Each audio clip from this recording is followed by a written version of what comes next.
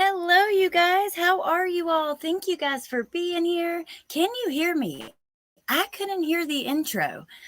Like, that was really weird. And I'm hearing, like, I have a video pulled up in the background and it's playing audio for me. So I was like, oh my gosh. So hopefully you guys can hear me okay. I don't know what the heck's going on, but I've missed you guys. Let's see. Tess, will you do me a favor and send me that video of Colby's? Because when I'm trying to pull it up, like on my phone, I was able to get it yesterday, but on the computer, I cannot. Okay, you can hear me. Awesome. Good morning, you guys. I'm sorry that we started at 9 today instead of 8. I really wanted to start at 8, but me and the kids overslept, and we didn't wake up until like 7:30 on the dot, and that's when they're supposed to leave. So, but we're here anyways, and yeah. Text. I'll send it to myself on Facebook. Thank you. Because I'm in a different account on Facebook right now, the YouTube account. Hey, Anonymous. Oh, let me say hey to you guys, by the way. And thank you, Nay. I did have fun. It was so much fun. I wanted to do some kind of stream, but then I just, was trying to enjoy the moment, being at the beach and stuff, which really all we did was relax at the beach, relax at the pool, and eat lots of good food and find lots of snacks. Thank you, Tess. Good morning, by the way, Tess. Hey, Alicia. Good morning. It's 6 a.m. here. Hey, Stevie Grace. My work truck is down, so free day off, and so excited to spend it with all of you. Always have one of you on replay, but just not the same as being live. Oh, Stevie, I'm so glad you're here too. And I'm glad you get a day off. Hey, Kimberly. Good to see you. Thank you. Hippie Chick, good to see you. And Nana Mouse, Punk C, Preschool Granny. Thank you guys for being here. Hey, Becca. Girls, Nana. Well, I'm so happy for you to be here too. Hey, Paris. Luana. I think I said hi to you, Becca. Hey, Alyssa, Alicia, and anybody that I missed. So, yeah, over the weekend we went to the beach. It was pretty good. And apparently, a lot of shit was going down on YouTube. But this is the thing. And I did not want to put this in my title. I know that, a lot of people are still talking about this, and thousands and thousands of people are interested and invested. And I understand why. But apparently, YouTube was exploding with all this stuff happening surrounding a YouTuber being arrested, Bullhorn Betty, which we talked about last week with the protection orders. I have a lot of thoughts on it, but you know what? I find it really sad that it's just sad. I mean, there's a missing young man, and everybody's focused on all the drama, and it's not even about him. So I don't want to get too far into that today. I want to talk about a lot of other things that were happening that need to be talked about that I'm not really seeing anywhere. Okay, Mayla's mom, I hope everything's okay. Hey, chicken shite. Lurking from the shower, definitely not creepy. Hey, Selena, good morning.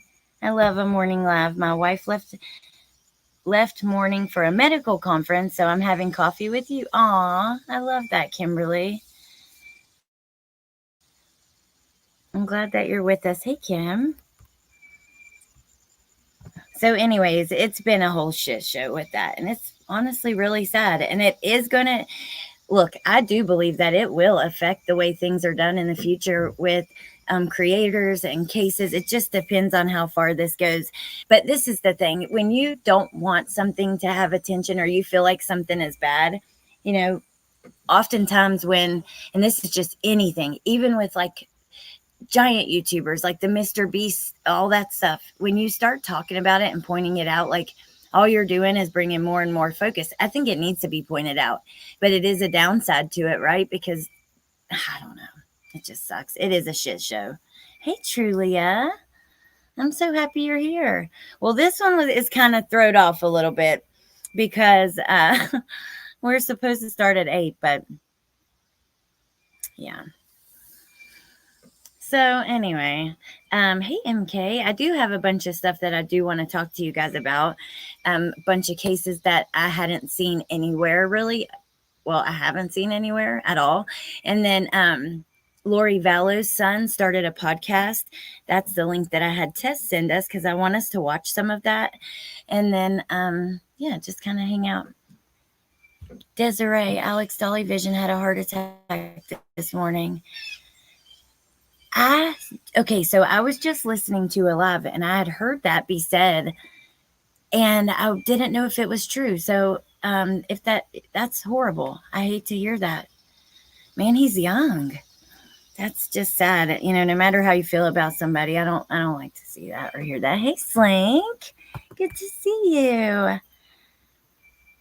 Okay, MK. Have a great day at work. So, yeah, we have a whole shit show with that. I don't know. Damn. That's freaking sad. I hate to hear that. You watch Colby's podcast. Awesome, girls, Nana.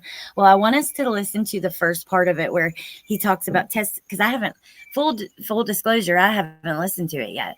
But Tess says in the beginning, he talks about his mom and how he feels about all of that. And then he talks about the property and this park or memorial park or whatever it is that's going to be happening there. So I think that'll be interesting. He just turned 50. Well, I'm really sorry to hear that. And I hope he's okay. Oh, okay, Slink. That's good. Good to hear that. Hey, Steph. Good morning. Hey, Riley. So, damn. I don't have a lot to say about the other stuff though, besides what I've said already, because some people are really happy about it. And I feel like if you break the law, you should get arrested. And that's just the truth. I don't think that everybody has all the facts of exactly what's going on. And, but I'm not thrilled by any of it, because at the end of the day, there's a missing young man. Let's just say, for instance, just for a second, let's talk like this. Let's think about it like this and talk about it. What if Sebastian is hiding out somewhere? Okay, what if he met someone online? You don't know. You really don't. Can you imagine him seeing all of this? Can you even imagine? That is that's a horrifying thought for me, to think about him sitting back watching all the bullshit that's went down from start to finish. Hey, get me a snack. Hey, Sherry. I'm starting a new position today at work and luckily have some downtime before my trainer comes in. Oh, Riley, that's exciting. I hope it goes well. BHB is an idiot. Reporting on, discussing, or even speculating about cases should be fine. She has repeatedly crossed lines. Leave the families alone. Well, I think it's going to, look, these kind of things, we talked about it the other day when I did talk about this for a coffee and crime. Laws changed in Florida after the protest around the laundry home, and probably for good reason. In residential areas, you shouldn't be allowed to act a fool all day and night anytime you please, because you feel people aren't telling the truth. Even though you don't sit in on police interviews, we don't have a damn clue what any of these people have said to police in that case or any case. Okay. But maybe laws do need to be changed. Maybe that needs to happen, because if you cannot talk about cases with, for one, being logical and being respectful. Oh God, it's almost painful to hear some of these people, the things that they say about these cases. I would do this. I would do that. I would be out searching. Many of us would, but not everybody would. You're like, people miss the point that we're not all the same. You got to get outside of yourself. Maybe, and I've heard people that have said, I couldn't search. Many people. Oh God, I think that there needs to be, obviously, if we can't do it, and I'm including myself because I'm a creator, I would never fucking do some of the things that I see happening on here. But if we cannot talk about cases with common sense, respect, and logic, maybe there should be some laws. I don't know. I don't know. Because at the end of the day, oh God, and the stuff about the free speech, oh, this is so scary. No, it's not. You cannot go on people's property. You cannot follow them around. You can't chase down all their friends and try to interview them. You can't go to all their, I don't know. It's just, you're not police. You're not even a private investigator. If you, that's just how I feel. It's real. If you haven't noticed, I can get really worked up on this, and I don't want to. I didn't put it, I don't want to get lost here. This is part of what the problem is. I want us to talk about a lot of other things that don't get talked about. That's why in my title, I just put, let's see what we missed this weekend, shall we? And you guys are going to be enraged when you see some of the cases that I pulled, some of the things that are happening that aren't getting any attention that should. All right, let me see what you guys think. We used to think that about the Wells boys, reading or seeing what's going on. Absolutely, Desiree. Yep, you're so right. And my heart still hurts to think about those boys reading, seeing, and watching all of the things one day that happened on this app in the name of their sister being missing. Hey, Petunia. Okay, Nay. Oh, Rexy, yay. I'm glad that you're here, and thank you for being a member for 12 months. I appreciate that. Wanderer says, I think she needs to be arrested, and I hope it starts to change things. It's all become a gross sideshow. It has. Oh, my God, it has. Where's Pointer Pyro? Slink, I'm so happy that you've been coming in the mornings. Law enforcement almost always tells parents not to search because they're initial suspects and could use that time to conceal things, or they could come across their child in a horrific state. That is so true. Selena, hold on. Alicia, I love your opinion and on how different we are. This has always been a safe place to share our different thoughts. Thank you, Alicia. And yes, please, I love that, and I want you to feel free to share how you feel, even if you disagree with me, because you might change my mind, I might change yours. That's really how I see it. I can't stand, like, there are creators who, if you do not agree with them, they will like scream at you and boot you, like if anybody doesn't agree, and that's more that's like the more, it's not very common, right? I don't think there's a lot of people who do that, but I have totally seen that. Selena says, you do some bad things as a creator too, though, including fibbing to us when you mute yourself and saying you lost connection, in quotes. No, for real. The last few times I have totally lost connection. Hey, Shani, good morning. MK says, we might have a right to freedom of speech, but we also have a right to quality of life, and those two need to balance out. Absolutely. You're so right. And a right to see, to a degree. Oh, Sherry. Well, hopefully we'll be doing this at 8 a.m. No, we are. We'll be here tomorrow at 8 Eastern. Hey, Melanie. Good morning. Hey, Parawoman Radio. I hope and pray that we find her. Hey, Teacup, Summer Wells. We were just talking about a few things. There's Pointer Lover. Free speech is about the press and government. It doesn't mean you get to run around saying whatever you darn well please, wherever you want to, whoever you want. Massive misconception. Yeah, and there are a lot of consequences too. Like, hell, we all watched a huge trial a year or two ago all about slander and defamation with Johnny Depp and Amber Heard. Hey, Bendy, good to see you. Okay, so anyways, it was a shit show this weekend. Apparently I missed a lot, but not a lot at the same time. But there's been a lot of stuff going on otherwise. Like, we're going to listen to Colby's podcast. I found another woman accused of beating up on special needs kids and some other things. So let's see. First thing, we'll go to Colby towards the end. Bendy, did you see Colby Ryan came out with a new podcast? And we're going to listen to part of it today in a minute. But he talks about his mom in this one. Tess, I haven't listened to it yet. We're going to hear it together. But according to Tess, the property and what's going to be happening on the property. Hey, Tiffany.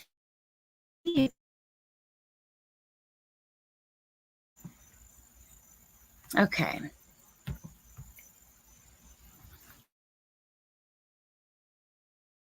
We just had a teacher here. I wonder if this is it, Rexy. Let me show you. This like stories that just feels disrespectful. I apologize. Like some cases that are happening to show you guys they're not stories. You know, they're real people. And so yeah, that I'm sorry, you guys. But anyways, yeah, I was trying to gather some things this morning and I ran across it. Let me show you. So Florida, it was in. Is that where you're at? I can't remember. I have older kids and younger kids. Back in the John Bonet days, my oldest came home on time and we couldn't find him. Cops came and searched our house in under 10 minutes, addict and all, wouldn't let us move. It didn't help that we were steam cleaning our carpets at the time. Oh, I'm so sorry that happened to you guys. I know that had to be scary. Come on now. Hold on 1 second, you guys. For some reason, this ad.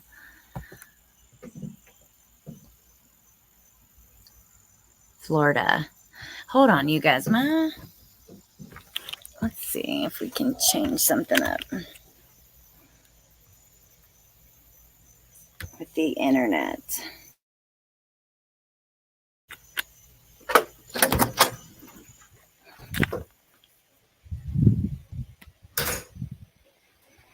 Because I'm cutting out. I do have another internet, like a Wi-Fi box but I took it to the. I hadn't gotten it out yet.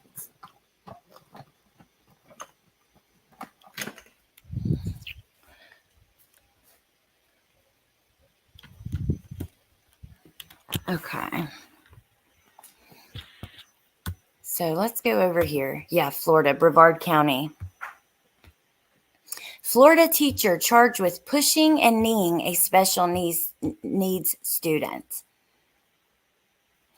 I seem to be going through something where a creator is talking about me and I'm not in the conversation, and I'm being threatened that my channel is slated for destruction.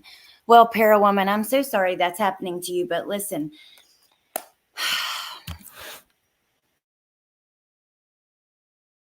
The best thing to do is just ignore it and keep doing you. Because I've learned on this app, people can be truly psychotic and delusional, and sometimes you don't truly know who you're dealing with.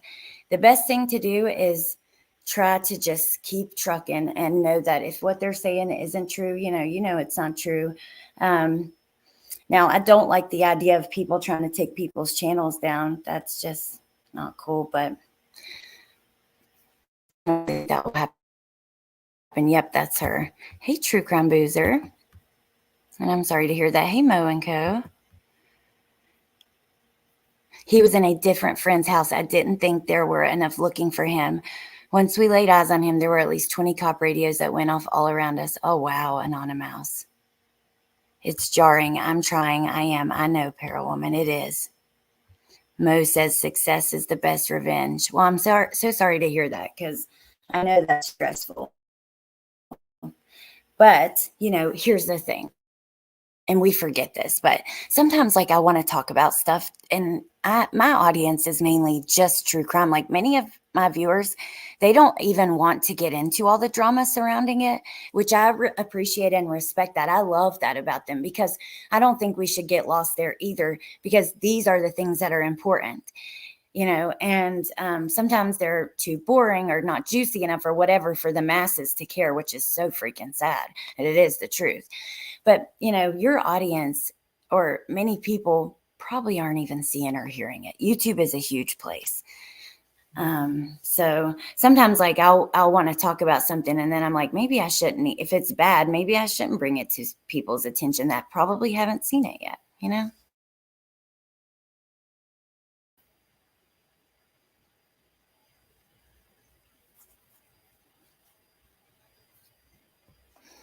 But yeah, hey, tell the truth. All right, my internet, I got it now. Hopefully we're good to go.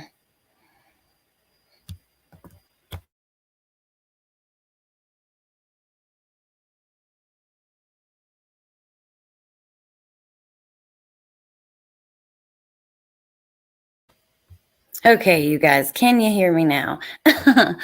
So this is the Florida woman, Florida teacher charged with pushing and kneeing a special needs student. A Florida public school teacher was arrested this week and accused of abusing a special needs student in a classroom. Beatrice Rapisarda, 41, faces charges of child abuse and false imprisonment for the incident at Sunrise Elementary School, the Palm Bay Police Department said. Investigators say she was seen by several witnesses pushing the student and grabbing their wrist. According to the local news, witnesses also saw her drag the student about 30 feet to a bathroom, which the witnesses said the teacher used as a form of punishment. According to a police report, she left the student in the bathroom for about 10 minutes as the student banged on the door. One witness said she held the student down with her knee on the child's back, pressing all her weight onto the student. She also wrapped the student into a styrofoam mat burrito style. Oh my God. For several minutes. The police report said the student's parents wanted to press charges against the teacher. After a thorough review of sworn statements and evidence, sufficient probable cause was established for her arrest. Police said in a statement. She was arrested at school on Thursday, and Brevard Public Schools released a statement saying they are cooperating. They have her on administrative leave. Wrapped him into oh my God almighty. Yeah, who are these sadists that decide to get into teaching? I agree. No. Mayla's mom, I thought of you as soon as I saw this story. You are responsible for you. These cases need attention. That's what you're... Oh, I love you, Bendy. Thank you. And I appreciate you so much. Love you to pieces. Thank you for those wise words. I know they're true. It's hard to sit on that space when it's happening. Appreciate the reminder that, thank you, Parawoman Radio. You can email me too anytime if you need something. Hey, Yonos Modesto. Yeah, this is disgusting. Let's see, Kimberly. Let's go look at the local news and I'll see if we can get like any more information. I'd be in prison too. These things, and it's sad because I feel like people that do this the same way I felt about Kiara Jones. Like, I wanted her face to be everywhere. I wanted to make sure that everybody knew what a disgusting trash bag for a human that she was, and I don't know. I know, Parawoman Radio. Hey, Stephanie, good morning. It's scary. Oh, Slink, thank you for joining or rejoining. Hey, Melanie. Well, I think I already said hi to you, actually, but hey again. Thank you, Slink. Brevard teacher arrested and accused of abusing special needs student, dragging her 30 feet. Wait, was that in the last one? Somehow that I didn't. Sometimes, like, I won't. All pieces of a story will not stick for me. I need to, or of something, anything that I'm reading or talking about, and I need to kind of look at it a couple different ways. So let's look at this article. Beatrice Rapisarda, 41, who teaches at Sunrise Elementary School in Palm Bay, faces charges of child abuse and false imprisonment.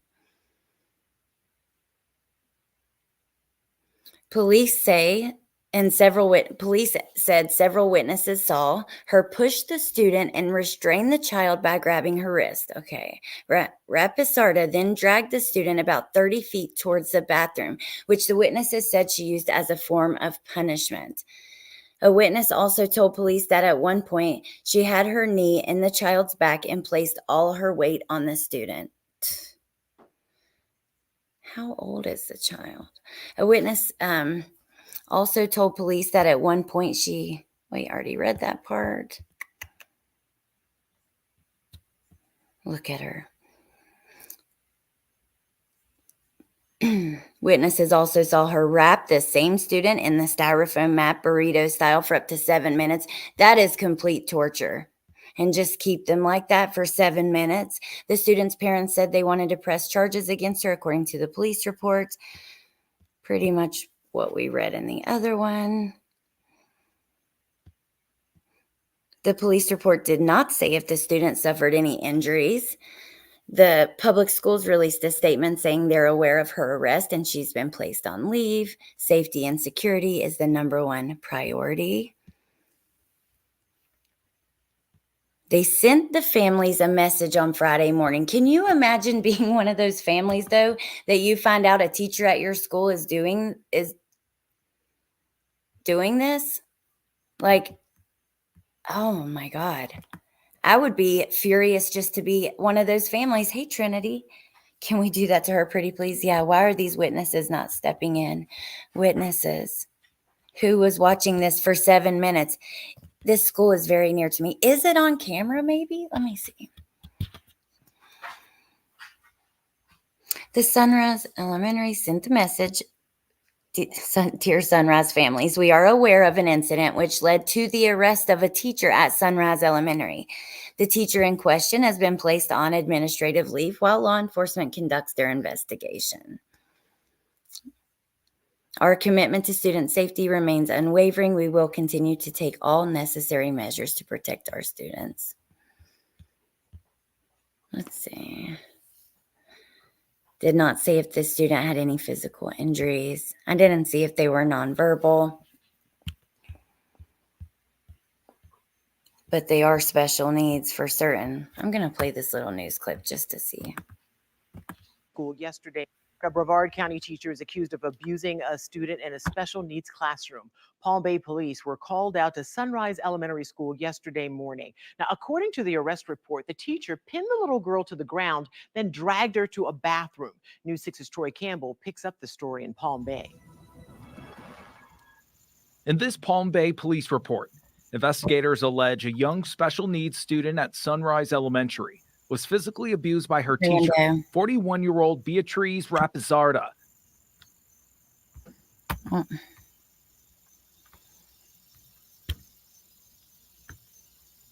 Arresting her for felony child abuse.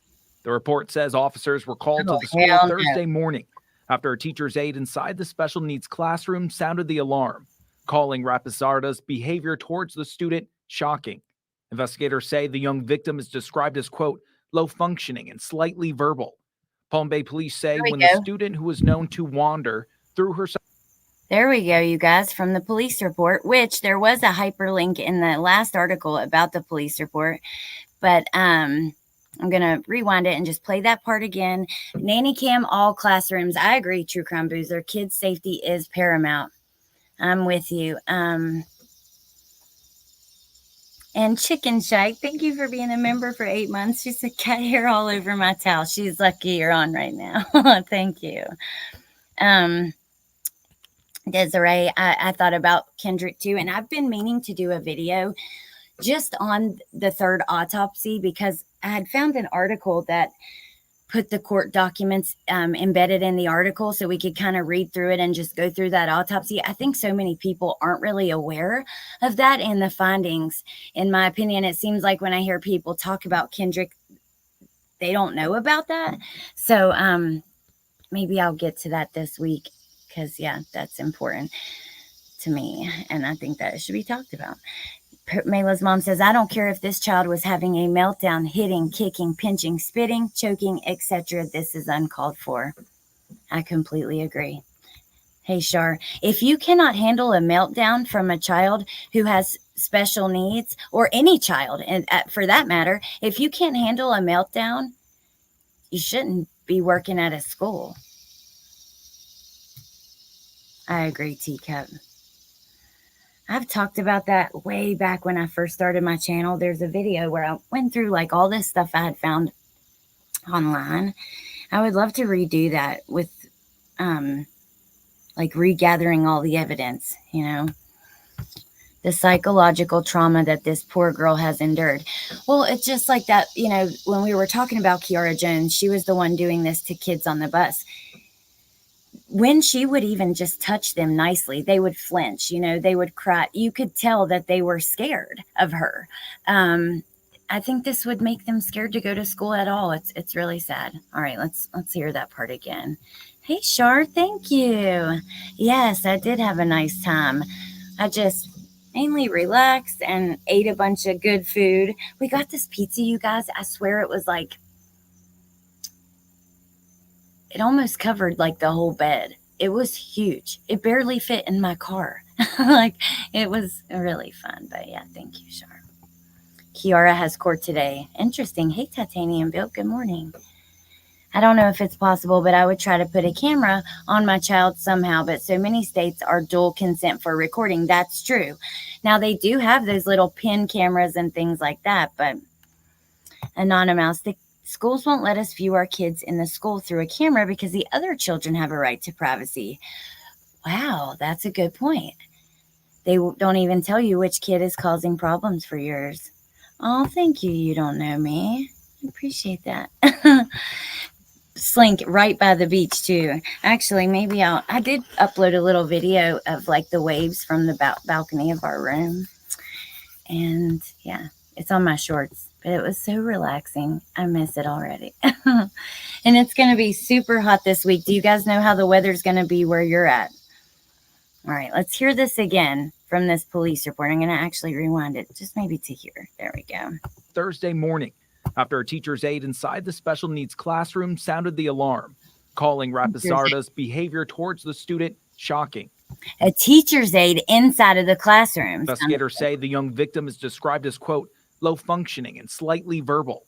Palm Bay police slightly verbal say when the student, who was known to wander, threw herself to the ground, Rapisarda pulled her straight up and straddled her and then pinned her arms to the ground. Once the victim stood up, witnesses say Rapisarda grabbed the student and dragged her to the bathroom. Police add the bathroom was known to be a form of punishment for the victim. Neighbors here in Palm Bay say this is the home where Beatrice Rapisarda lives. They say that they have witnessed her physically assault another person in the front yard. Wow. Oh, I'm so glad we watched this. You gotta be shitting me. But guess what? This lady is not going to get hardly any fucking time. This is so infuriating. Not what she deserves, in my opinion, because home where Beatrice Rapisarda lives. They say that they have witnessed her physically assault another person in the front yard. Several neighbors tell us they've also had verbal altercations with her. Kimberly. When we told them what is being alleged, they say that behavior is also what they know of their neighbor. Investigators say they were made aware the same student was subject to abuse during the prior 2 days as well. On Tuesday, police say the victim was pulled 30 feet across the classroom before Rapisarda put all of her weight on the victim, adding the student tried to crawl away from her hold. On Monday, a witness says Rapisarda swaddled the child in a styrofoam mat. In a statement, Brevard Public Schools says it is aware of an incident which led to an arrest to a teacher at Sunrise Elementary. Ridiculous. The teacher has been... All right, you guys ready to be a little more pissed off? Because this one is also, you know, kind of ridiculous. Okay. So, New York anesthesiologist pleads guilty to drugging and raping his family nanny, will serve only 4 years in prison. Now, when I see things like this morning when I was looking for things that I thought maybe we could talk about, I can't help but think, what's he going to go on to do when he gets out of prison? Hey, Sarah. That's okay because we were late today. Me and the kids overslept, and I apologize again, you guys. Hey, Johnny, good to see you. All right, let me read it to you, Kimberly, and give you the details. Probably not his first rodeo, too. A New York anesthesiologist pleaded guilty to drugging his family's nanny while she slept and sexually assaulting her. Paul Giacopelli, 60, will only spend 4 years in prison when he's sentenced on November 20th, thanks to a plea deal agreed to by the Putnam County Judge Anthony Mole. He will have to register as a sex offender, however, to serve 3 to 10 years in post-release supervision. He was caught drugging his live-in nanny on a camera she installed behind a turtle tank in the living room where she slept. She went to a hospital and then to the sheriff's office after viewing the footage. He was arrested in December of 2023. A formal indictment followed in March of this year. He was accused of sexually abusing the victim 4 times and charged with 8 counts. He faced 15 years in prison if convicted. His guilty plea on Friday comes to a single charge of first-degree sexual abuse and second-degree sexual assault. Sheriff's Department investigator Keith Simone told the grand jury that he admitted using the anesthetic sevoflurane on the victim, holding it over her mouth and nose until she was unconscious. He told investigators he had a chloroform fetish and targeted the nanny because she was a heavy sleeper. He also told investigators he brought drugs home from the hospital center where he was the chief anesthesiologist. Earlier this year, the State Board for Professional Medical Conduct suspended his license to practice medicine.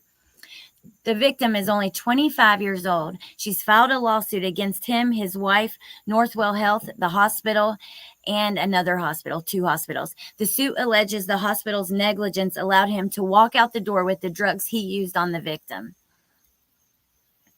One of the hospitals, however, filed an affidavit saying he hasn't had privileges to practice there since 2016.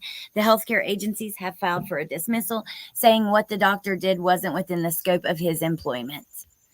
So this young nanny, 25 years old, is living with this family, anesthesiologist, and his wife and kids, apparently, because a nanny. Okay. And she must have thought something was up. There must have been a reason that she got these cameras.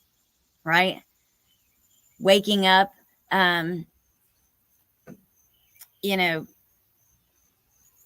with signs that something had happened to her in her sleep. Speaking of that, I saw a video about Stephen Stearns. There's still more stuff coming out about that. And, maybe we can talk about that at the end today. But she wakes up and sees whatever signs on her that make her get this camera. Can you imagine how horrifying that would be to see that this family that you live with, that you've trusted, that they trust you, the man, an anesthesiologist, that carries, like, when you know somebody is a professional person to that degree, the chief anesthesiologist. I cannot imagine how horrifying this would be. I hope she gets lots of therapy, and the police help and provide her with that. So it's a video by Michelle After Dark. I'm actually going to send it to myself so we can check it out at the end today. That, and then that Colby Ryan podcast. There's so much more coming out now, and now I have all new opinions. On which one, Jen? How many other victims does this person have? Exactly. I can only imagine how many other times he's done this. My first thought was 4 years. Like I told y'all, what the hell is he going to do when he gets out? Disgusting. Hey, Christine. The Stephen Stearns documents are horrific. Oh, on Jen Soto. We should do, Jen, if you are, like, kind of, if your opinion is evolving. So today when I get off here, I'm going to work on our video for the calls. So we'll have those to do this week. But we should also do a panel about that, because I would love to talk to you now that all this stuff has came out. He will get a job in another state and do it again. Well, I don't know. I feel like someone who's doing this kind of stuff, it's only a matter of time before something goes wrong and someone loses their life. Wonder how many times he's done it to his wife. Oh my God. I just said that in chat. Great minds, Mayla's mom. All right. So that's just horrific. Yeah. Let me see what else I've got that I wanted to show you, because I think there was a couple more. Oh, yes. Okay. There's a 6-year-old boy who lost his life. This one is horrific. I'm going to warn you guys. And then there's a missing 6-year-old autistic boy. There was a little boy that was also special needs that was found. He was missing. Did you guys see it? And he was found in a pond or a lake nearby yesterday, I think. It was so sad. Oh my God. It's just so scary. I don't have special needs kids, but I can imagine if I did and they were nonverbal. I mean, you got to look at this. Multiple teachers were seeing charged with abusing these kids because they know they can't tell on them. not only that, if you're seeing all of these children go missing, and what, oh God, it's just, I just cannot imagine you moms that do, like, you have to be some of the strongest women out there.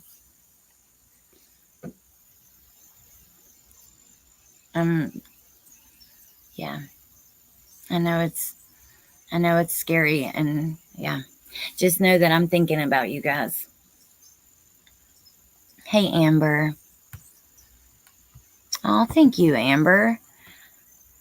When we got on, I did acknowledge, because I think I had to, that there's a lot of mess going around. But my kind of stance is that all we can do is keep talking about the things that need to be talked about. If we focus on the mess too much, there's a lot of people that are, and rightfully so. I think that some of the stuff needs attention brought to it, but there's people doing that are really good at it. And so I'm just going to keep talking about these kind of things, I tried to pull the ones that I felt like pull a few stories that I felt like really needed awareness. So here is, let me actually grab the other little boy, his photo that I was talking about too, really quick.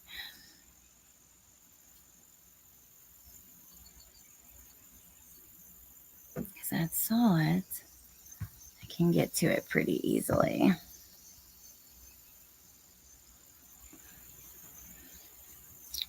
His name was Ryan Akabusi, and he was found in a lake near his home.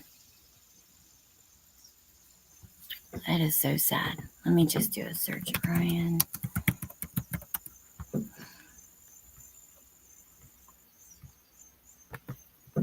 So,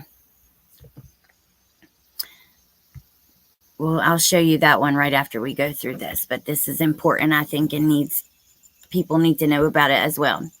Autistic 6-year-old boy vanishes from home in PJs. A search is underway in Pennsylvania for a 6-year-old boy who went missing early Thursday.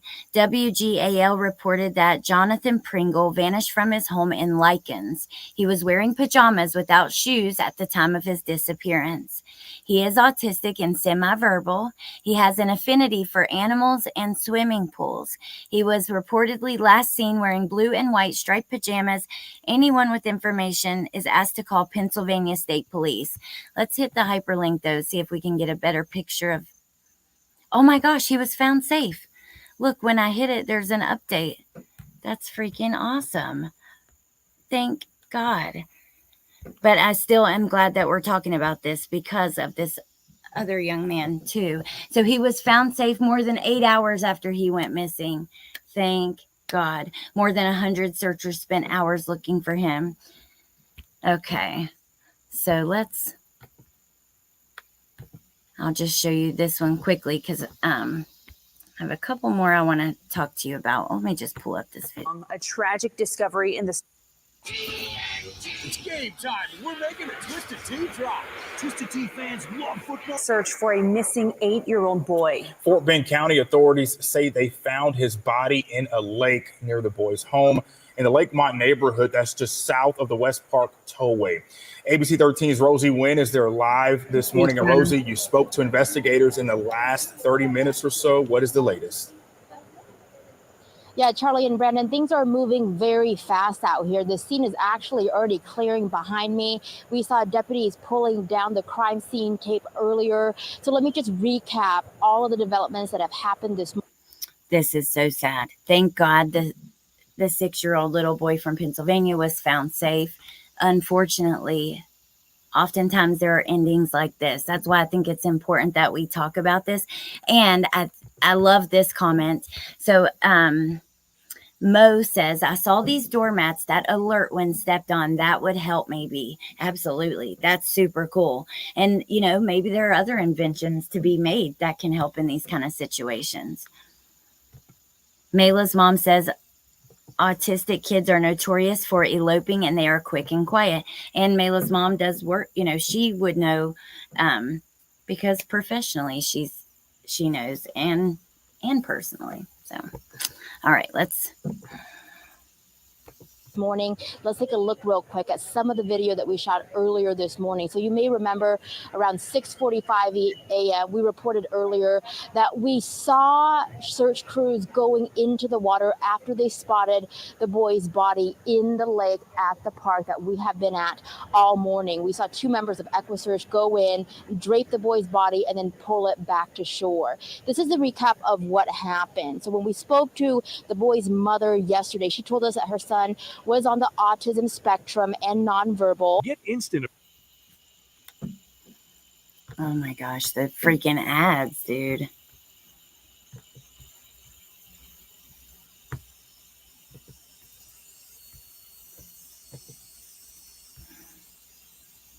Okay, I'm not going to make you, we're not going to wait through that to load. I don't know what's going on with the ads on those videos. They're on these news stories. There are a ton of them, and that one was not wanting to load, but that story ended, you know, not so happily, and that's really sad, and I cannot imagine what his family must be going through.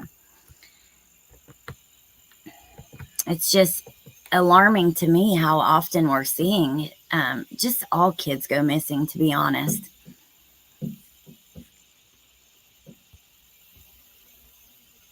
Google Chrome with ad block. Ooh, True Crime Boozer. Maybe I can do that. Thank you, B-Crumbs. Actually, we weren't. Okay, so I was using just the regular, like, house internet, and it wasn't doing good because the other internet was still in my beach bag. But I got it out, and now we're doing good.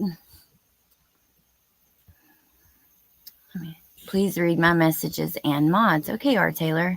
Listen, we need prayer warriors to come forward and pray. Art Taylor, someone was saying that in here earlier that he had a heart attack. And I hate to hear that for anybody, you know. It's very scary stuff. It's easy and cheap to install alerts on your doors and windows for when they open. I wish parents were urged to install these, not just for autistic children, but for all children. Absolutely, Kimberly. All right, you guys. So now we're going to talk about this one. Oh, God. Okay. 6-year-old boy found deceased with burns and bruises in bathwater. Mother and fiance arrested. And this is what upsets me, you guys. When I see these kinds of stories and I see they don't get attention, they don't get talked about, and then you'll see the same thing that's being talked about all day long over and over and over, which might be important too. But why is it like, I don't know. It's just, it's unnerving seeing how unfair, like, and uneven coverage of these kinds of things is. It's really frustrating.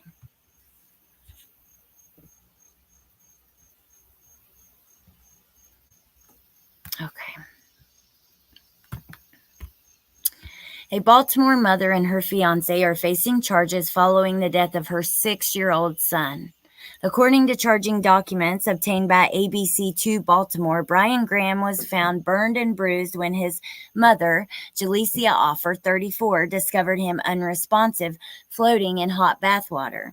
Her fiance, Brandon Wheatley, also 34, was found slumped over on the floor. All right. Well, actually, we'll go back. I want to go to the local news, but we'll do that in a second. Let's just read through this, and then we'll click on that and go over to him. Offer stated she woke her fiance, and together they pulled Brian's body from the tub. Around 11:30 p.m. on Wednesday, authorities responded to their home. As reported by the Baltimore Sun, Brian was found unresponsive and taken to the hospital where he later died. On Thursday morning, his death, a homicide due to blunt force trauma. There's obviously an error there with whoever wrote this, but the medical examiner's office determined Brian suffered a lacerated liver, multiple fractured ribs, and internal bleeding in the head and torso. Testing showed the bathwater most likely reached temperatures of 128 degrees Fahrenheit. A neighbor, Hassan Edmondson, said, "It's awful. It's a crazy world we live in, but when you hear stuff like that, especially in your own backyard, it's kind of trippy. People are sick and people need help." Both Offer and Wheatley have been booked and charged with first-degree child abuse. Do any of you guys have a hot tub? Because, like, we have one. Well, I don't have one. My mom has one, and she lives beside me. So we have one like that we can get in at any time and have many times, right? 128 degrees. Like when the hot tub is set at 105, it's hot. If it's set at 110, like you can hardly get in it. I don't even know if it goes all the way up to 110. Like 105 is really hot. When my kids get in it, we put it down to like 95. Like, this is disgusting. Let's go to the local news now. I drink way too much for a hot tub to be safe in my house. I will tell you guys, just so you know, if you do drink or anything like that, when you get in a hot tub, your like alcohol intake or your buzz will intensify. Your intake may be the same but it's going to be a very different feeling in a hot tub versus out of one. Excuse me. Charging documents paint sad, painful picture of young Brian Graham's last minutes. This story these people's faces should be blasted all over everywhere. This is what infuriates me. And there's even no one to be mad at, right? Because it's all the way to mainstream media. Like Ashley Banfield will cover Idaho 4 times a week. Let me just stop. Let's listen to this video. I haven't seen it yet, so we're going to listen for the first time together. Oh, I need a hot tub then, True Crime Boozer. I don't think they do, Stephanie, because like I said, ours at like 105 is super hot. I don't even know if it would go up to 110, but if it would, that would be so hot you wouldn't be able to get in it. I think they do go over 104, though. I'm almost certain that I've seen them go over that.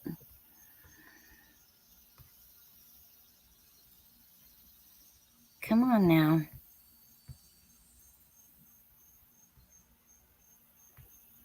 I'm going to reload it because it tried to load when we first.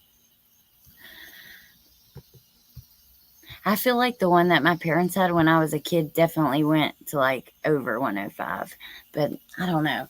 Like I said, 104 would be like probably what I would use it on if I wanted it as hot as it, like for sore muscles or something. And then if kids are getting in it, we turn it way down.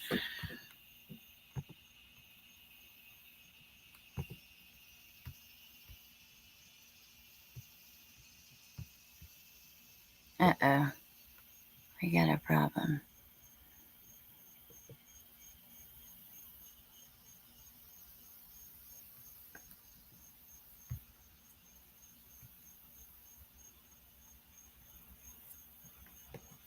After a 6-year-old died in Baltimore this week, police now... Okay, finally we got it to work. But I want to talk to you guys. Hey, Mr. Shine, good morning.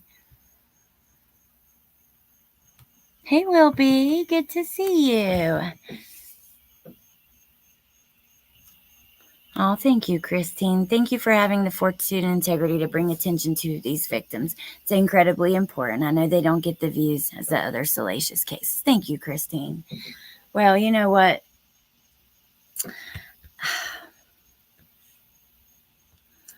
I don't know. For me, I want to know what's going on all over and not just the big stories. So that's kind of why I want to talk about it. Like I've talked to you guys about this before. I don't know what brings you guys to true crime, but for me, specific cases have drawn me in, but I want to know what's going on in the world out there.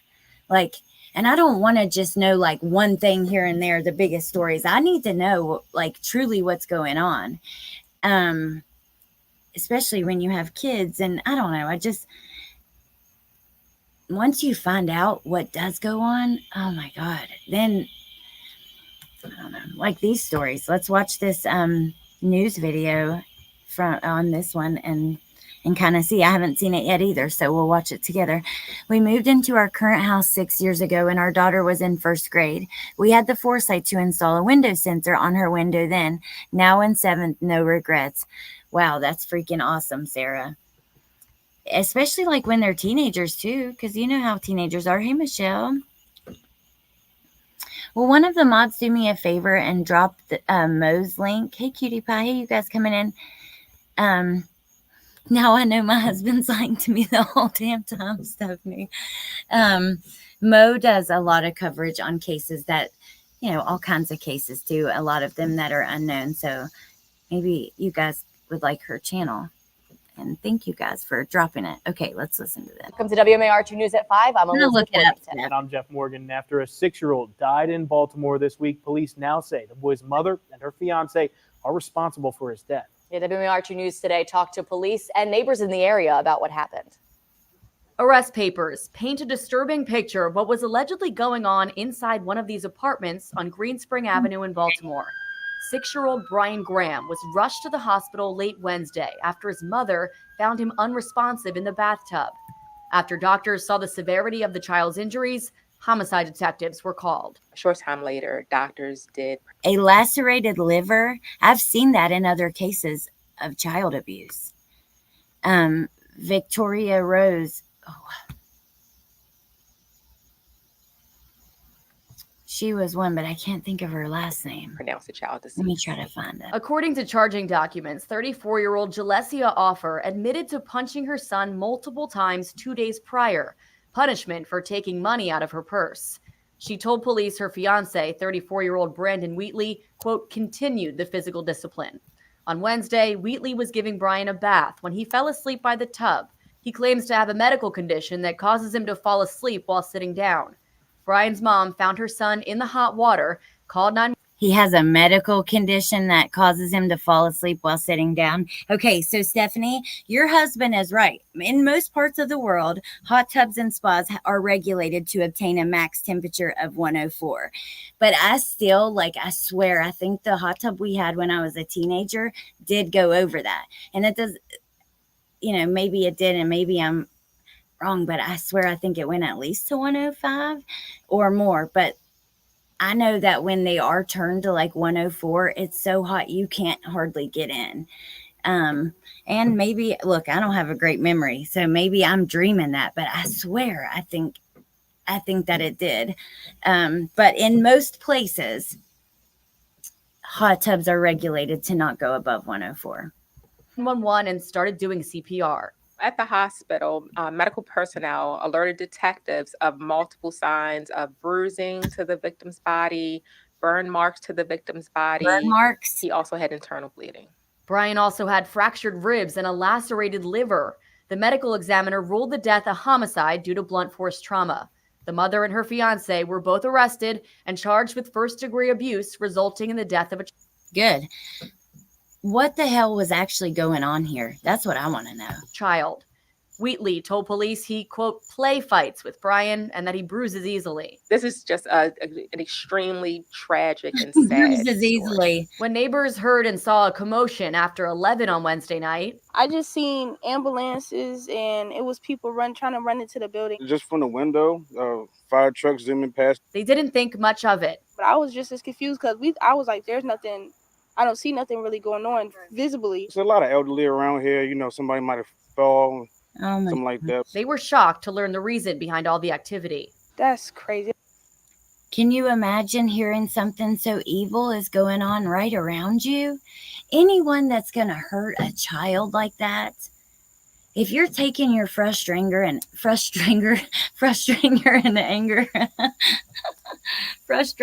anger, that's a new word I've made up, frustranger. But for real, if you're taking your frustration and anger out on a child, on a baby, on an animal, what the hell is wrong with you?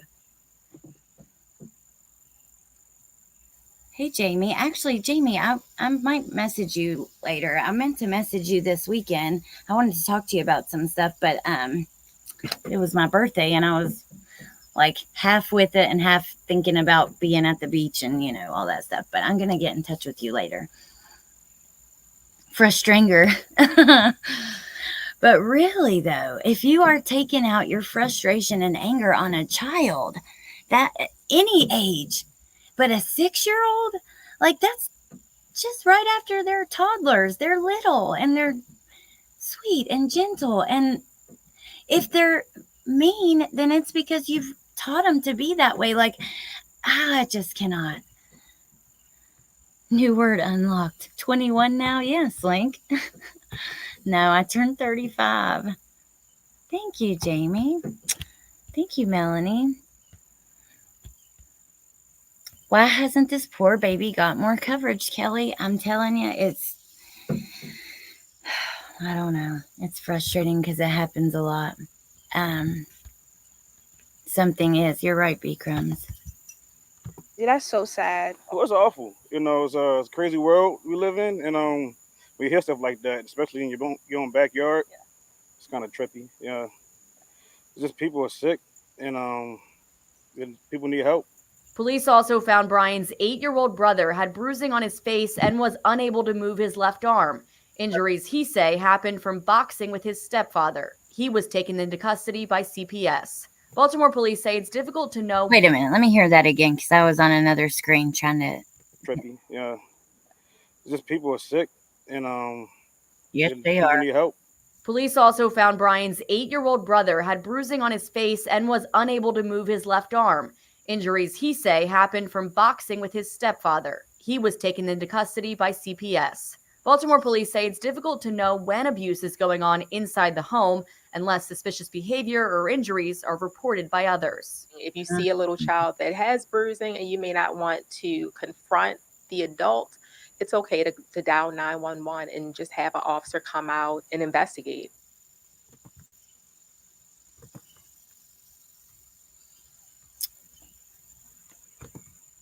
Okay. That's really sad. We're going to try to keep up with that. Another one I wanted to show you really quick, and then we're going to get into something regarding Lori Vallow, Chad Daybell, and Lori's son. First of all, I saw this and I shared it on the community tab. But Amber Love Reigns, she's a mod here and she's a friend of mine. She has me as an admin to this Facebook group for the Portland, Oregon serial killer. And I don't get on Facebook that much. I'm pretty bad about it, but because of my birthday, I was getting tons of like stuff about birthday comments and stuff like that. So I was like checking and catching up a little bit. And as soon as I opened my phone, this was the top thing on my feed.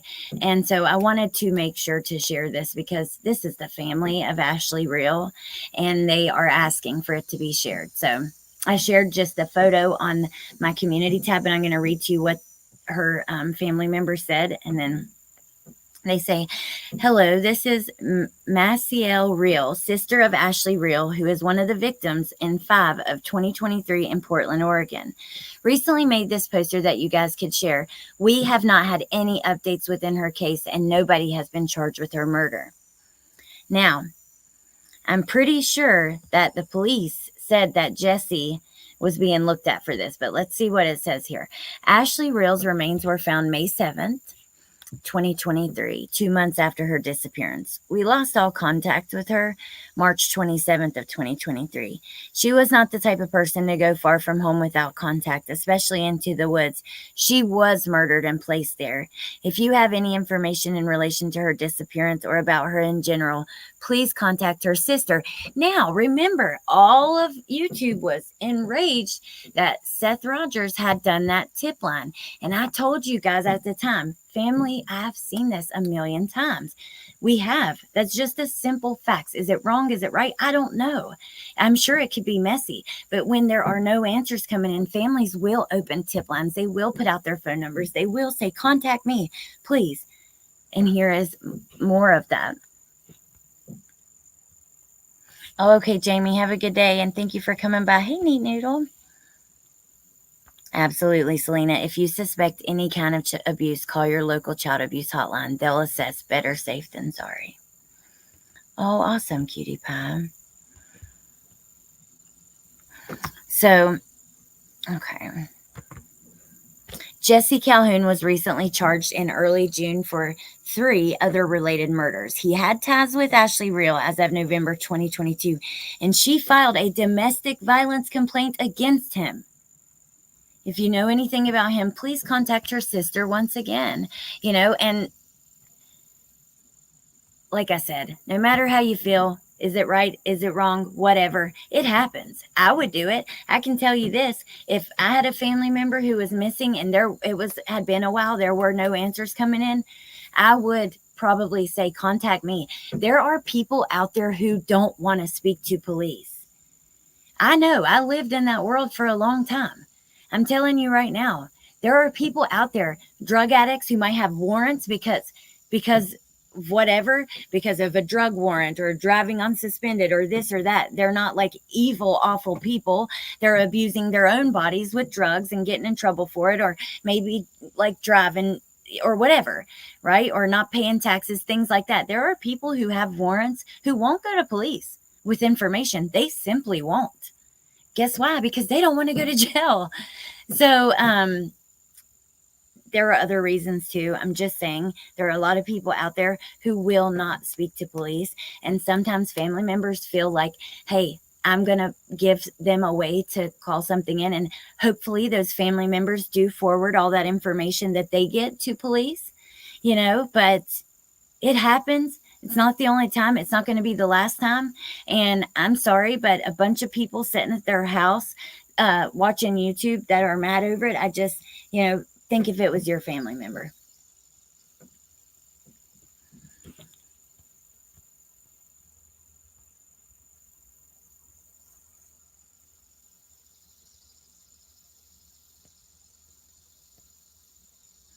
Hey, Pinche Becky. Well, I started late today, but I'm so glad that you're here. Yeah, so Ashley's sister is begging for more information. They feel like it's at a standstill. I wanted to share because she asked to share the flyer. I can understand why you would get to that point. Okay, so now I want to show you guys. Hold on, let's see.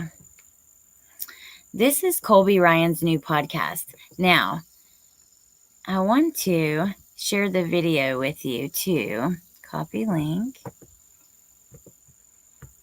So you can watch it in full, because we're not going to watch it. And this is a new thing he's starting, and it'd be awesome to support him. He has been through hell. This young man has been through hell. I have a lot of respect and love, like in my heart, for Colby. Colby is Lori Vallow's son.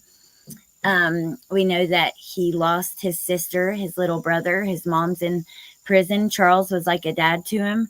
Then all that stuff that went out about him and his wife. I have thoughts on that probably are very unpopular. And I don't even want to speak on it because it's their own personal, private business. But he's been through a lot, and he's starting this podcast called the Scar Wars Podcast. I love it. It's cute, Tess. I thought about that too. Hey, Pink Cloud. So here is the link. Go check out his channel, and let's listen to part of it together, though, because according to Tess, and full discretion, again, I haven't heard this yet. I meant to listen to it yesterday, and as soon as we got home from the beach, my parents wanted to do like cake and stuff like that with me. So I didn't listen to it. And then I fell asleep and slept all through the alarms into the morning. But we're going to listen together. Apparently, he talks about how he feels about everything with his mom first. And then he talks about what's happening on the property where the kids were found. So actually, let me go see if I can get like something about that factually, so I can tell you exactly what's going on. I'm still shocked over the hot tub thing. Like, I think my brain just doesn't function well, because I'm telling you, I know our hot tubs went past 104 when I was a kid, or maybe it's like a hotel hot tub that's done that. I don't know. Now I'm questioning everything in my brain. So, Chad Daybell property. Let me just pull it up so I can tell you exactly what's going on.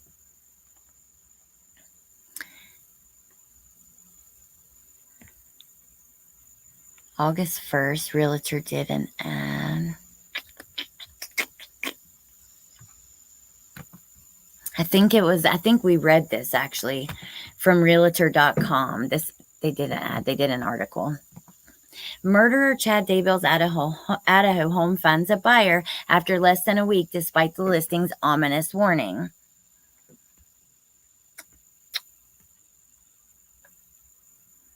Let's see. Daybell signed the home ownership over to John Pryor in 2021. The listing came with a warning. There is a very tragic situation with this home. Please have your realtor investigate for you.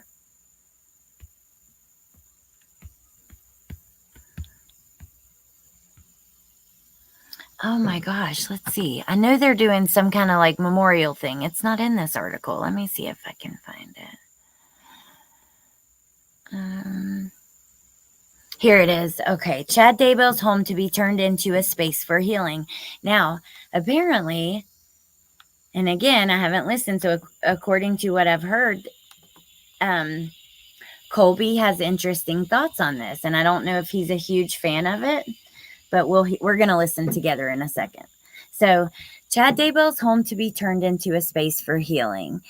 Chad Daybell's former home, once a tragic place, is now being used for good. A Rexburg local recently purchased the property to convert it into a community space that would bring honor to Joshua Jackson Vallow, Tylee Ryan, and his former wife, Tammy Daybell.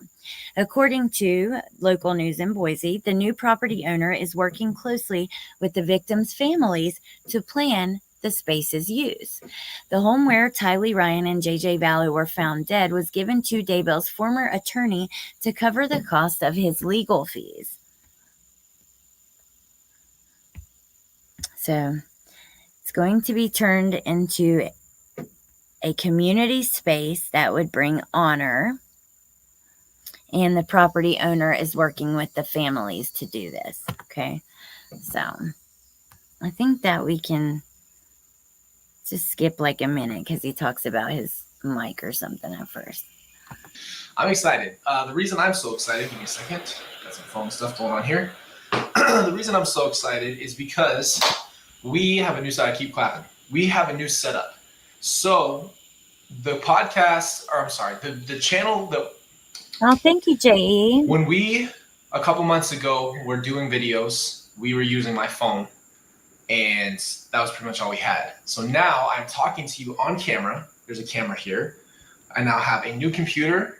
We have all our stuff set up. So yeah, talking about his equipment. I'm not going to skip it though. We'll just listen and kind of hang out. I mean, that's really what I wanted to do on these morning lives anyway, is just hang out with you guys and talk about our lives and what's going on in the world, and also talk about these things that are important and need to be talked about, but more of a laid back style. Sometimes it might be about a new true crime documentary or what's happening in the community or whatever, all things true crime. But True Crime Boozer says, I wonder if Lori had come around to the fact that Chad.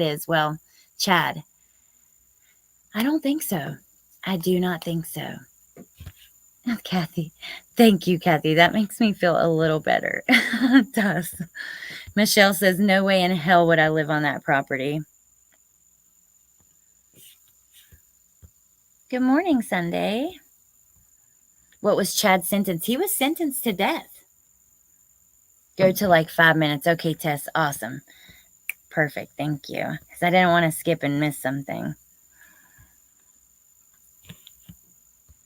He's so thoughtful too. Yeah, he is handsome. Very handsome. I agree. And that's part of the, I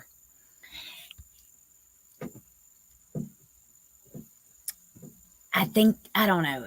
I think that plays a role with why certain things get attention. And it's really sad that it is that way. Now, not necessarily with him. I think what happened with him and his wife and stuff, that was because of Lori. But that's part of what with Lori's case. Have you guys not seen the headlines? Beauty queen, former beauty queen, this or that. I don't know. It's just unfortunate. And at the end of the day,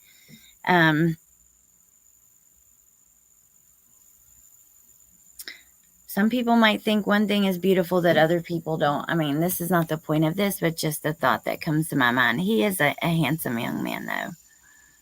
But he looks like Lori to me. Do you guys think so? All right, let's skip to 5 minutes, like Tess said, and start there. It's actually feel for her. It's crazy because I started listening to some of the stuff that's been going on. Wait, let's go back a little bit. Here we go. It's going to be a little heavy just to get into. You guys know my brain works in very random, weird ways, and I'm sorry. Thank you for being here. Because all of that was just so not important to the conversation, but sometimes, I mean, I don't know. So it's called the Star Wars podcast. I know you like it. I know you like it. It just hit differently. With that being said, yeah, you look so much. First thing I want to dive into today is what has been going on the last few months. I'm going to be honest with you. It's been very heavy. So it might, it's going to be a little heavy just to get into. And I'm going to try to keep my energy up, but your emotions are your emotions. So here we go. The last few months following Chad's trial have been a lot more difficult, great and difficult at the same time. Basically, I ended up feeling more. I started to actually process everything. And now that there's almost a chapter closed in a sense of what happened for my siblings, a part of me just really had that reality really set in now that like there's this chapter is now over, and yet I'm left with this void. The void actually has been my mom. I have really obviously struggled. Oh my God, you guys. Oh, my heart.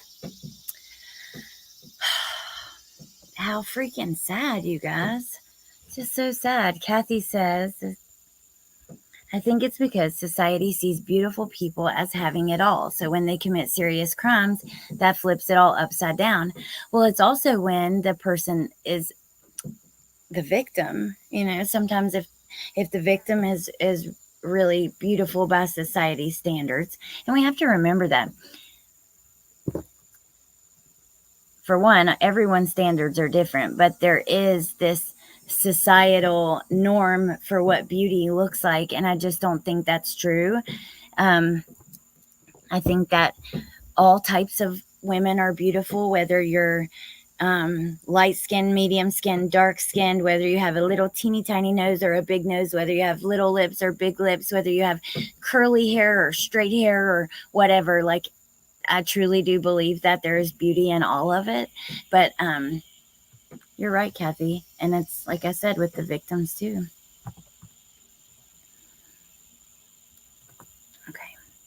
This is sad. With how I feel about her and our relationship. But the last few months, I've really started to actually feel for her. It's crazy because I started listening to some of the stuff that's been going on, and I've listened to some things obviously throughout the years, but for the most part, I stayed away from everything. You can't function and listen to that stuff and try to heal and do all that stuff, right? Be careful, Punch. So for the first time, I don't know, I started listening to some of what people were saying, different YouTube channels, and more than anything, I started listening to her testimony at the end of her trial, and then I listened to our phone calls. And I guess a part of me was trying to analytically piece things together. And I know that it didn't make sense to me because I'm someone that can just say there's certain things in this life you'll never understand. No matter how much time you spend on it, no matter what you do. But that sounds like kind of like what we do. I mean, in a different way, right? Because this is his family, his mom. This is a very emotionally charged situation for him. It's his loved ones, his little brother and sister, his dad. Charles was like a dad to him. But I think that that's similar to, like, think about it, re-listening to all the testimony, to the phone calls, trying to piece things together. It doesn't make sense. And oftentimes I believe Lori Vallow is mentally ill. So I think when you're dealing with those kinds of cases, even more so, things are not going to make sense. Like, I believe she has true mental illness. I still think she should be locked up for life. But I think that she is just totally mentally ill. I do. I can't imagine, though, like trying to piece together the details of a crime from your own family. So what we're going to do, though, you guys, and we're going to listen. I'm going to try not to pause it a lot. And then after this, I want to listen to this Michelle After Dark video with you guys about Madeline Soto. And then we'll probably be done. But you're not going to understand it. Here's what I will say, though. The kid in me really started to miss his mom. And obviously I miss my other family. But I've never felt this way about my mom before. I've had my moments over the years, but oh my God, having another baby coming, and I don't know, as time goes by, as you go through holidays and birthdays and events and things of that nature, just missing people. And it just hits you like on those days are those best days. Sometimes they're the hardest days, you know, and I'm sure people who have lost people understand how that feels. It's sometimes the worst days because it's kind of almost a reminder of everything. And again, being super raw and honest, I never really digested all of this stuff with her. There's been too much grief and pain and hurt and with everything else. So how do you process being, it almost feels selfish.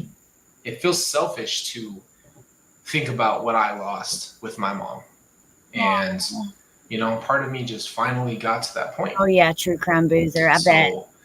I share this because I really hope and pray that it touches somebody and helps you feel that it's normal to be conflicted and not just feel one certain way. You know, I was somebody who I almost could write everything off with her, and then realizing, you know, that I can't change always how I feel, and I can't just turn off my emotions and pretend to be this or that. So what I mean by that is I never knew how I'd feel about my mom going forward. I guess a part of me always just kind of said, you know, one day maybe I'll talk to her, maybe I won't, blah, blah, blah. But I think part of me just said, you have to move forward and you know, you just take a loss and it's another loss. But a part of me now is starting to grieve as if I lost her, but she's not gone. So I think that's hard. And I pray that as I speak about. Yeah. And not only is she not gone, but she's the reason for your grief for your other family members. Like it would be so complicated. True crime boozer, you hit the nail on the head with that. Like, I don't know how you work through those feelings. I really don't. I think this is really cool though that he's like being open and honest and talking about it, and I think that it will help other people. Like at the end of the day, I feel like Colby is a victim. I kind of always look at the family of victims as victims too, because they are victims of the crime. Their life is going to be dramatically different because of this crime. They have lost something that is, think about when you lose your loved ones. You guys have been here with me through my grief process. I can't even hardly still, it's almost been a year since I lost someone super close to me, and I can't even hardly say their name, or, you know, I can't imagine if he's lost multiple people and his mom was the cause of it. And because of that, he's lost his mom too. About this, it helps other people realize that sometimes you lose people in your life that aren't gone. They haven't passed away, but you lost them. And it's like grieving a lost person that's alive. And that is a different feeling, because I guess in some ways, if you lose someone, a part of you can really come to grips with the fact that they're gone. But when they're still alive and things are, you know, they're still there, but they're not, that's a different kind of hard. It's a different kind of feeling, and it's a different kind of grief that you have to go through. So I just really hope by opening up and talking about that, it really helps you understand that it's normal to feel that way. You're right. I don't have a conclusion for you. Most of the time, I'd like to tell you what I've learned or how I'm getting better. And realistically, I haven't, I'm not there. I don't know what's coming next, and I'm not going to try to, you know, pre-plan for anything or how I'm going to feel later. It just is where I'm at. So even if I would have had equipment it might have been really tough to do videos because I've just been in a different place. And I wanted to preface that to you guys because this is how this channel's been from the beginning. We've talked about things, and I feel like I've tried to share. Tess, could you do me a huge favor and get Kresha's link too? So there are other, and there are other family members that have spoken out and have YouTube channels.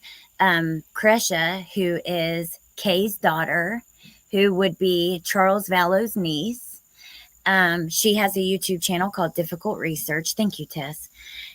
And there's one more I'm going to grab that way because I don't know if you guys will know it. I know Tess will, but she's getting that one. So, oh gosh, what is Analytics' new channel though? What's the name of it? I can't think of it. That is Joe Ryan's sister. So Tylee Ryan's dad, Joe, his sister, has also been speaking out about all kinds of things. So she does analytics for her job. Her old channel is called Analytics, and that's where she started speaking about it. A Murderous Heart, that's what it is. I don't even know if y'all put it in the comments, but I'm going to go find that. I'm going to drop it. Check out the link that I drop and the link that Tess drops, because those are other family members who have channels. And I think it's important to lift these people up rather than the assholes who are on here being idiotic. I mean, these folks could really help other people going through this, and yeah, so share the best that I possibly can, always in hopes that it helps somebody. I really pray that it helps you. And that's all that I can get out of this situation. I've almost got it, but if you will, that's all that you can even hope to get out of a situation like this, is that somehow, some way, something is good, not all that. The next thing I want to talk about on this episode is something that I've been very patient. Now we're on to the property. And it's Chad's property. So there's a lot I could say about this. I've really took the time, though, to think about what I want to say, how I feel. Can you imagine the anger he must have for Chad Daybell? Like, think of how we feel about him. So Tess has linked those channels in the chat. Thank you so much. You guys, please check those out. And then, hold on, let me plug up my thing. I'm outside, but, okay. And, yeah, like I said, I just want to listen to what he says about Chad Daybell's property. And then I want to go listen to something with you guys I also haven't heard regarding, a lot of stuff's been coming out about Stephen Stearns and Jen Soto. And oh my gosh, there was actually one, maybe if we do it with Jen, I'll play that, an interview with Maddie's teacher.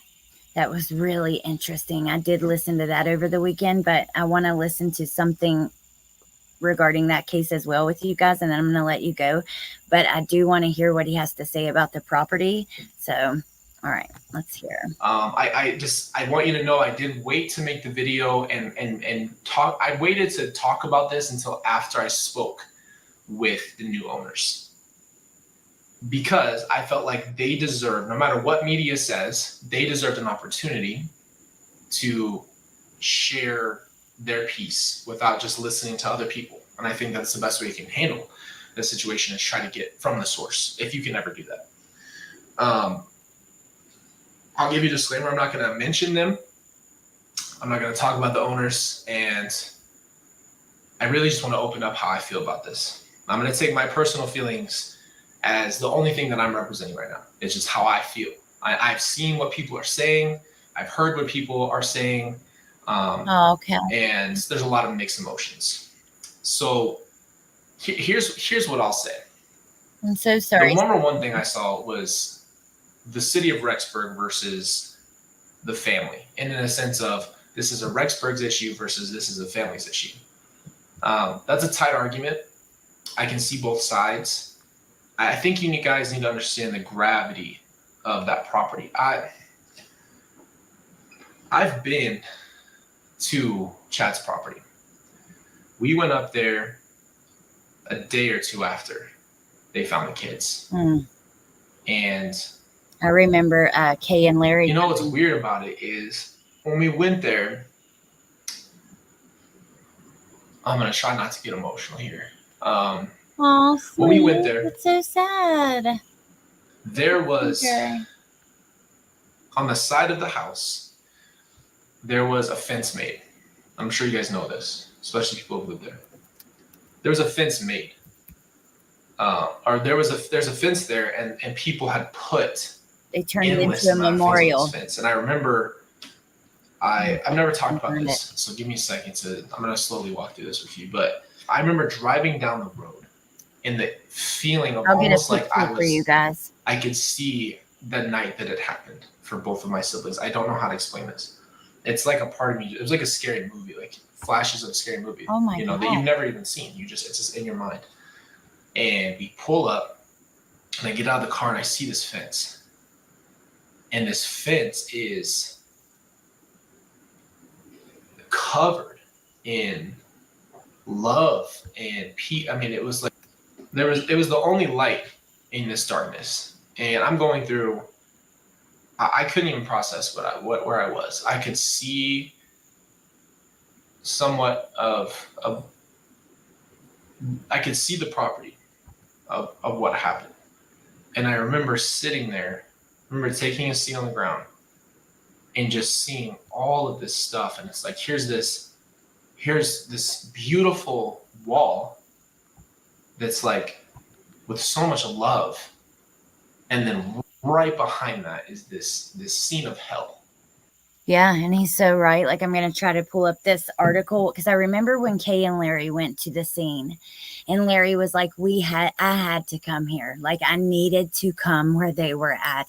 They had been speaking out and looking for JJ and Tylee, and I think when they finally found out that after all these months of everybody wondering, where are these children? And they find out the whole time they are in this yard buried, of the man who is now with their mother, one of them burned, okay, and dismembered and in pieces, and some pieces that were never found. Just absolutely horrific. I cannot imagine what those families must have felt. I think I would have to go there too.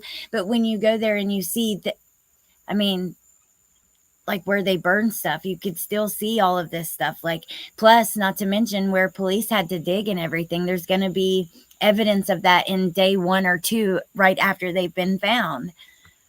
Just, oh my God, it is like a real life scary movie. I can't imagine. And I bring that up to say that. Hey, Lil Red.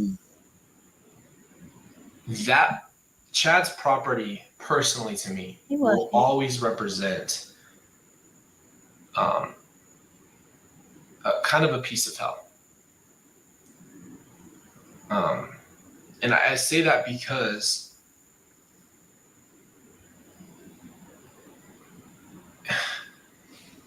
I say that because his property was the scene of 3 different lives. 3 different lives were taken. I do. Right? I don't have the exact details. And I don't want to get into the details. I do want to say though that I've seen something beautiful. That fence on that property. And I remember how I can't explain it. It's not like it balanced everything out, but it was so much love and respect for my family that in that moment, it was like, man, I wish I could explain this in words. I don't know how to explain it. It's like seeing a rainbow in a pitch black room. Does that make sense? Like, it just wasn't something you could explain, really. It's just like this something beautiful in darkness. That's the best way I could put it. But let me also say this. I don't think he is for the memorial park. I think that it's a little bit hard for me to follow while I'm watching chat and stuff, every detail, but it doesn't seem that he is, but we haven't gotten through it yet. Lil Red. Trulia says, going to a site where a loved one has passed is very heartbreaking. I'll never forget going to the site where my uncle died. You hope going will help, but it's also very traumatic. Oh, truly, I'm so sorry. Music City Mom says, do you guys believe in karma, good and bad? All day, every day. Yes, I do. I have to. Sometimes I have to have this hope that, like, through different things that have happened to me in my life and during life, like, that eventually doing the right thing and like, you will come out on top. And in the end, people who have wronged you or have done really bad things eventually will get their own. And you don't need to be part of that. You don't need to, like, get revenge, because it's going to happen to them on their own. Like, that's, like, I don't know. I feel like I have to believe that just throughout my life. There are many times where I've had to just kind of let things go and understand that I need to do I need to do what's right and just keep it pushing. And eventually, sorry, you guys, eventually things will work out on their own. Really, personally, how I feel about this is it's really hard for me to see how you could ever take the PTSD and the hardship of that property and turning it into something else. Okay, that's my own personal opinion. I would not put it there. I want you to know that I share that with the owners, and that's. I mean, I'm not, like I said, I'm not putting that. I'm not going to bring out the conversation. Nothing of that nature. But I said that I personally would not put it there. And I understand that there's other stuff and controversies around this. Here's my personal thing as this is my family. I want Tylee, I want JJ, I want Charles, and I want Tammy to have respect to them. Absolutely. And I want people to be as respectful as possible, because I've sat back and watched a lot of people say a lot of things. I've never talked about it. This to me hits really close to home. Why do you ask, Music City Mom? This is where my siblings were. And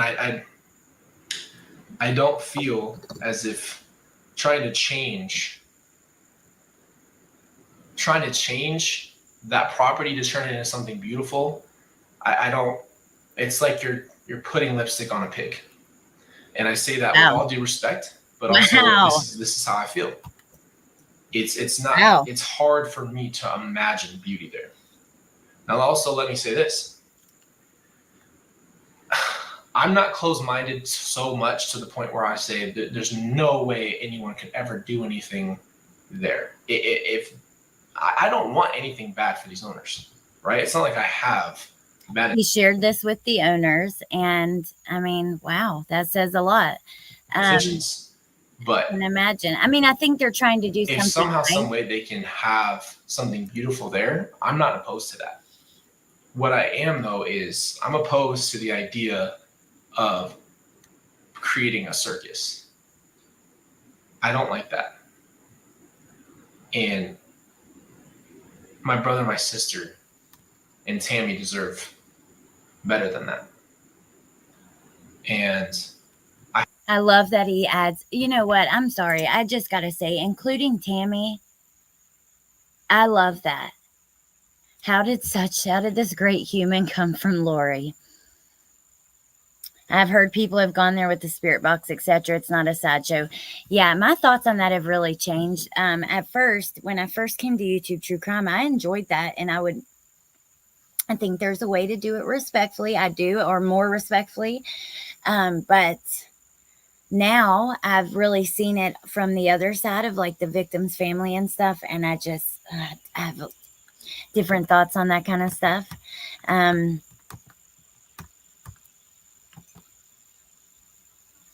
Oh, Little Red, I am so sorry for all your loss. He said in another video that Charles made him the man he is. I'm glad he included Tammy, though, because as Lori's son, I think that it just says a lot, because she matters too. They all do. And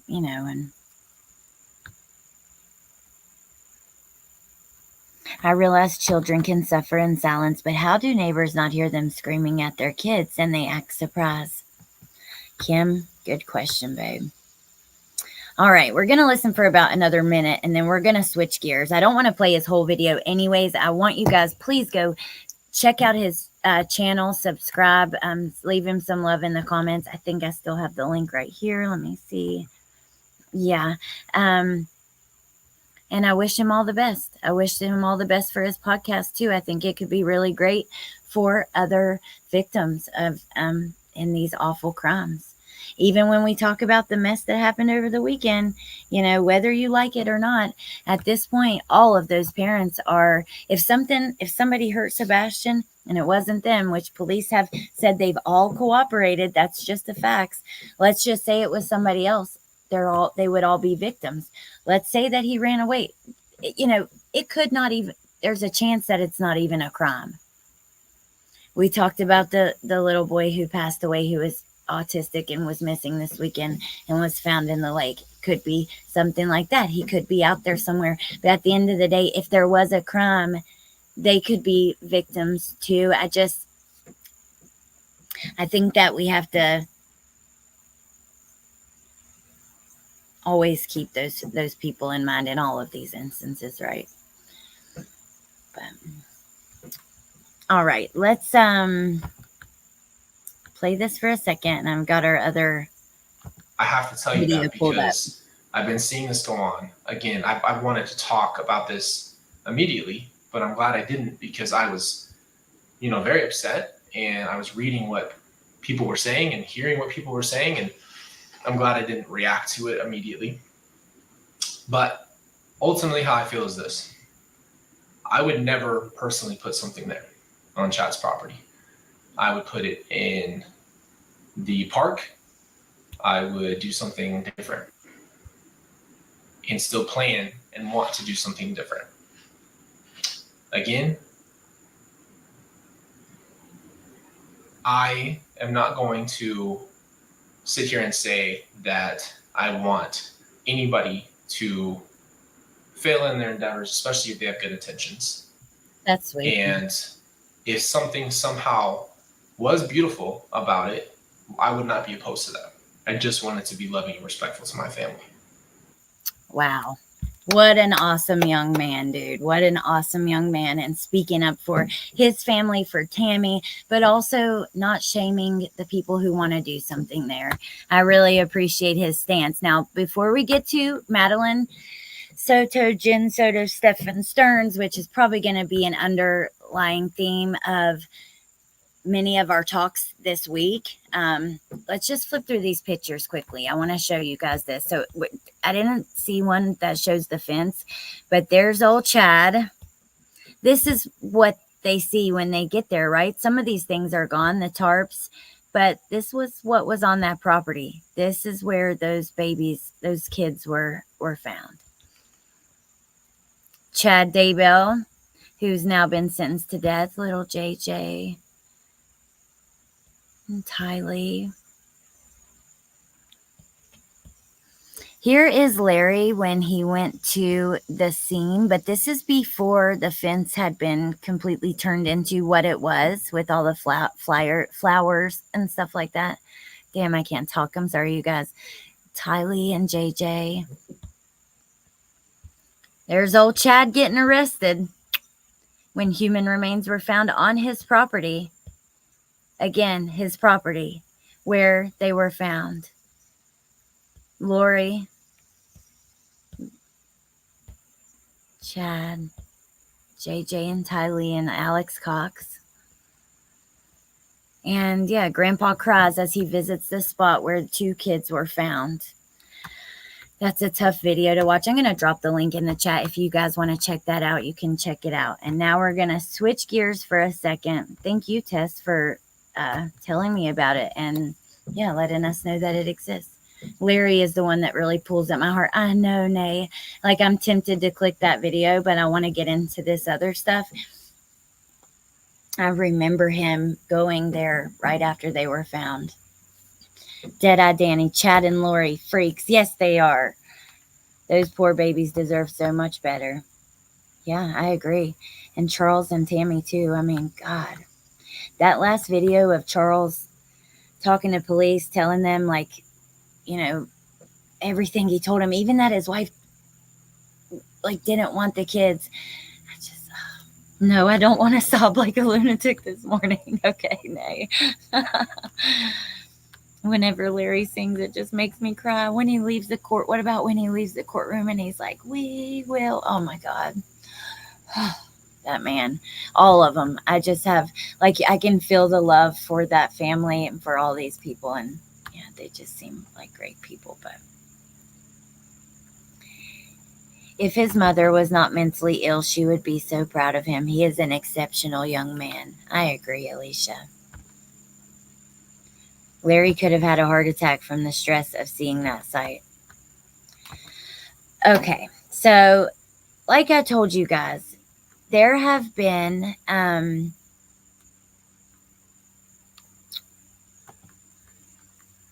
a lot of things coming out regarding. Good morning, everyone. My name is Michelle. Madeline Soto, Jen Soto, Stephen Stearns. There's an interview with police and Madeline's teacher where the teacher is talking about, like, Madeline was having like these, there were some issues going on. I want to listen to that with you guys at a later date. Jen said she would like to come on and kind of talk about how her feelings have evolved and changed.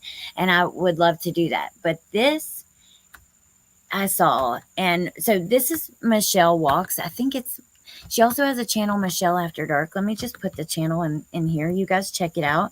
I saw this and it caught my eye because the title is How Madeline Soto Was Drugged According to Her Mom and Premeditation.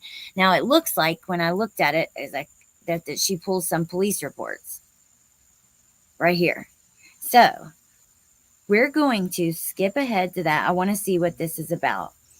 You guys know I don't really like, I'm never going to do a live where we get on here and just watch other people's videos. That is not going to happen on this channel. Now, if there is a video like Colby's where, or like this, where we want to hear something together, we're going to do that. But we're also going to include, I like to go through news reports. I like to go through the police reports. I like to dig through the documents with you guys. You guys know, get the jail files, do the FOIA requests, get the presentations like with Chad Doerman. We want to go through all the real information. I'm not really a fan of like people that make these videos. A lot of work goes into them and I don't want to ever just get on here and play someone's video. So let me just say that I just hadn't seen this yet in the reports and it looks like she includes those in this video. So we are going to watch it and I want you guys to go check out her channel. But just know that this is never going to be I mean, look, there's a space for that. It's like commentary and reaction channels. But here I want to do more than that. But in this particular case, we are going to watch part of this video together just to try to get the information. So Mayla's mom says, I believe that Jen knew about the essay. I cannot think any different after all I've heard. I'm starting to believe it too. I was thinking about this at the beach because I've really tried to give her a lot of grace. I can't imagine. We know even many of you guys never told your moms never knew. But when we hear Stefan's dad, and we listened to this last week on one of the Coffee and Crimes, when Stefan's dad says that, you know, Jen had just found out about her being essayed by Stefan and all the pictures, that Jen was saying things like, get him a lawyer now. And he's very sexually frustrated. We're not doing it anymore. That to me really, like, I thought about that all weekend and I'm like, that is not right. Like, there is something so wrong with that, especially the sexually frustrated comments. Are you offering up excuses? It's almost like you knew, or maybe she thought Maddie wanted. I don't know what the hell kind of sick shit was going on. I'm not sure. But all I know is I've tried to be really careful with Jen Soto, and I still want to try my best. But there's some major red flags, man. Major red flags. Like I said, she finds out about all these pictures and calls his parents and says, get him an attorney now. What? And then that, yeah, I don't know.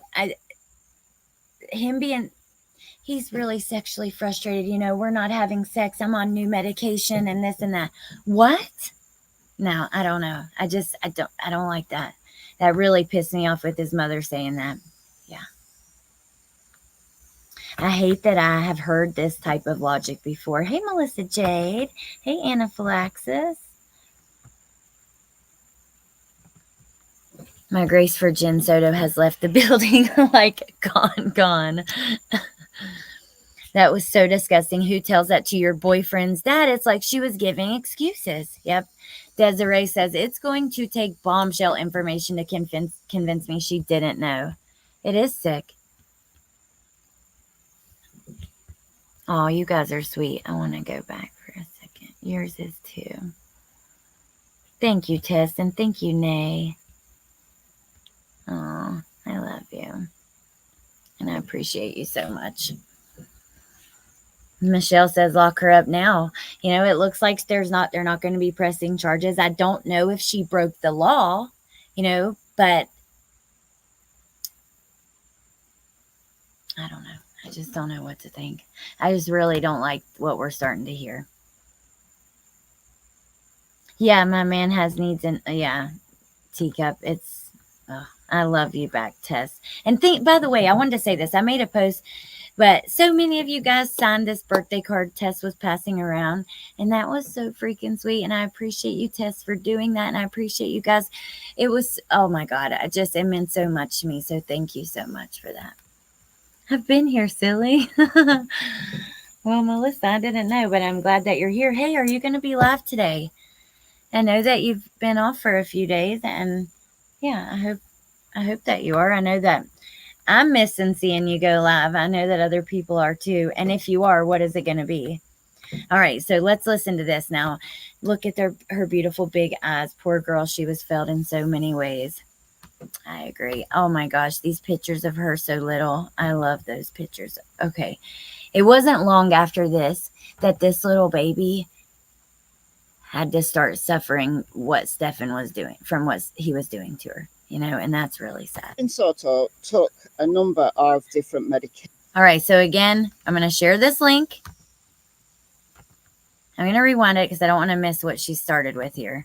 And then let's listen. Words absolutely fail me. My jaw dropped when I saw what was written in the discovery. So let's go. I agree. Anonymous. Madeline Soto took a number of different medications for her medical conditions. She had ADHD. She had anxiety. This creator that I'm sharing her link, she does a very good job at being thorough and trying to find the facts, and she will debunk a lot of these stories that spin out of control that some channels will use to really grow their channel or get an audience. She does a great job at kind of smashing those. Okay, so I'm going to press play, and I'm going to let it play for a minute or two. I'm going to try not to pause a lot because I know that I do that, and it's annoying. You can't really hear what they're saying if I'm interrupting every minute to give my thoughts. And she also suffered from some constipation. And those were medications that she took on a regular basis. Medications are mentioned a good number of times throughout the discovery. But I want to hone in on the later interviews that Jen had with law enforcement. So this is in the interim period after Stefan Stearns was arrested for the 60 counts of SA against Madeline, and before he was arrested in April. So this first quote here comes from Officer Morris pertaining to the night of the 25th of February. So Madeline's birthday party happened. I think it was Jen's sister that took her home. Stefan Stearns arrived. There was a couple of hours where Stefan and Madeline were on their own. Then Jen arrived from work about 10:30. They spent half an hour, a little bit longer together. And then Jen instructed Stefan and Madeline to go and sleep upstairs so she could have a good night's sleep. Wait a minute. Okay. So I just thought of something. Her suffering from constipation, and this is going to be graphic. I'm sorry, you guys, but I'm going to try to keep it as respectful to Maddie as I can. But these are the facts of what's happened, and I don't think it's good for her or any of us when we start ignoring the truth of the matter. So we know that there is photographic evidence of her being violated in her bottom, like not her female parts, but in her bottom. And you have to wonder if, I don't know. I don't know. Before she sent Madeline to bed, sad to hear about these Jennifer stated she instructed Madeline to take her nighttime medication when she got home, which Jennifer stated she allows Madeline to do time to time. I assume that means from time to time. So I don't know whether that means she allows her to take the medication from time to time, or she lets Madeline take it on her own rather than Jen administering it. Jennifer stated Madeline takes hydroxyzine and Miralax. So Miralax is a constipation medication. Hydroxyzine, we're going to talk about more in a minute. Jennifer stated that since Madeline had been staying with her mother, she hasn't been taking the Miralax consistently. Okay. Quite often, Madeline stays at her grandma's house, so Jen's mother's house. Look at that sweet. If only she'd stayed at grandma's house on the night of the 25th of February. Later in that same interview, attorney Will J asked Jennifer if Madeline ever had side effects of the hydroxyzine. She said if Madeline took the medication later than normal, she would feel sluggish. Right, again, we're going to talk about hydroxyzine in a second. I'm prescribed hydroxyzine. It's like a strong Benadryl. There you go, Michelle. It's an antihistamine. Yeah, and it. I've been on 2 doses, 50 milligrams and 100. I will say, if I take the 100 milligram dose, it would make me pretty sleepy. But thank you, Tess. Because okay, you guys. So I listened to that as well. It was with Grizzly, right? Is that who released it? Because I can't remember and I didn't save it, but I want to go over that. And I don't think I heard every detail because I didn't. Yeah, I want to just hear it again before we go over it. If you do, let me know, but I'll look for it myself as well. And thank you so much. Okay. And then we get this. There were several messages between her and Stefan regarding Madeline sleeping in the same room together. It comes at the end of a paragraph on Jen's normal activities with her cell phone. We don't know what those... Look at this. On February 25th, Jennifer set her cell phone on a wireless charger at 11:54. On February 26th, Jennifer set an alarm to go off at 900 hours. The alarm was removed from the notifications while still on the wireless charger. Oh. On 2/26 at 9:19, Jennifer's cellular phone was physically removed from the wireless charger.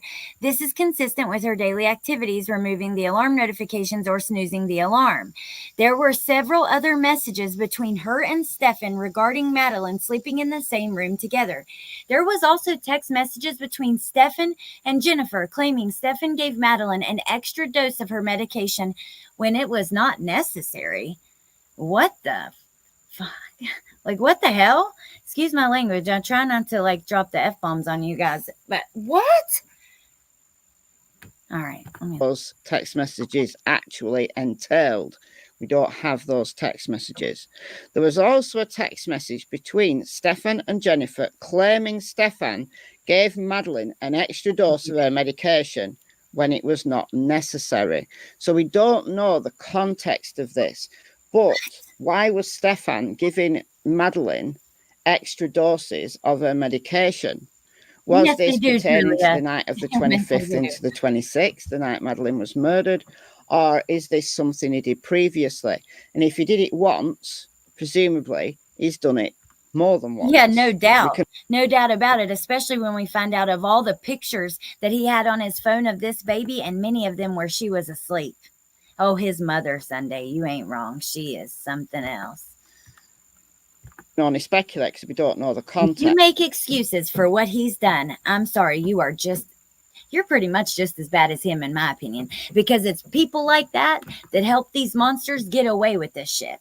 It's people like that that help these monsters get out and do it again, like that damn anesthesiologist is just bound to fucking do that we talked about earlier. I get worked up over this. I'm sorry, you guys. I can feel my blood pressure going up, like physically feel it. I'm sorry, but this just enrages me. If I haven't, look, I'm really, I know that his mom didn't do what he did, but at the end of the day, like I said, when you start making excuses for it, when you start acting, we heard last week at the end of the week on Coffee and Crime, if you missed it, where she literally says, she thinks she had a dream about this, and she's had dreams come true. She's Irish, that means her dreams are like, prophecies. But she had a dream that Jen came in on them, and she took Maddie's life and then told Stefan, this is all your fault. Clean it up.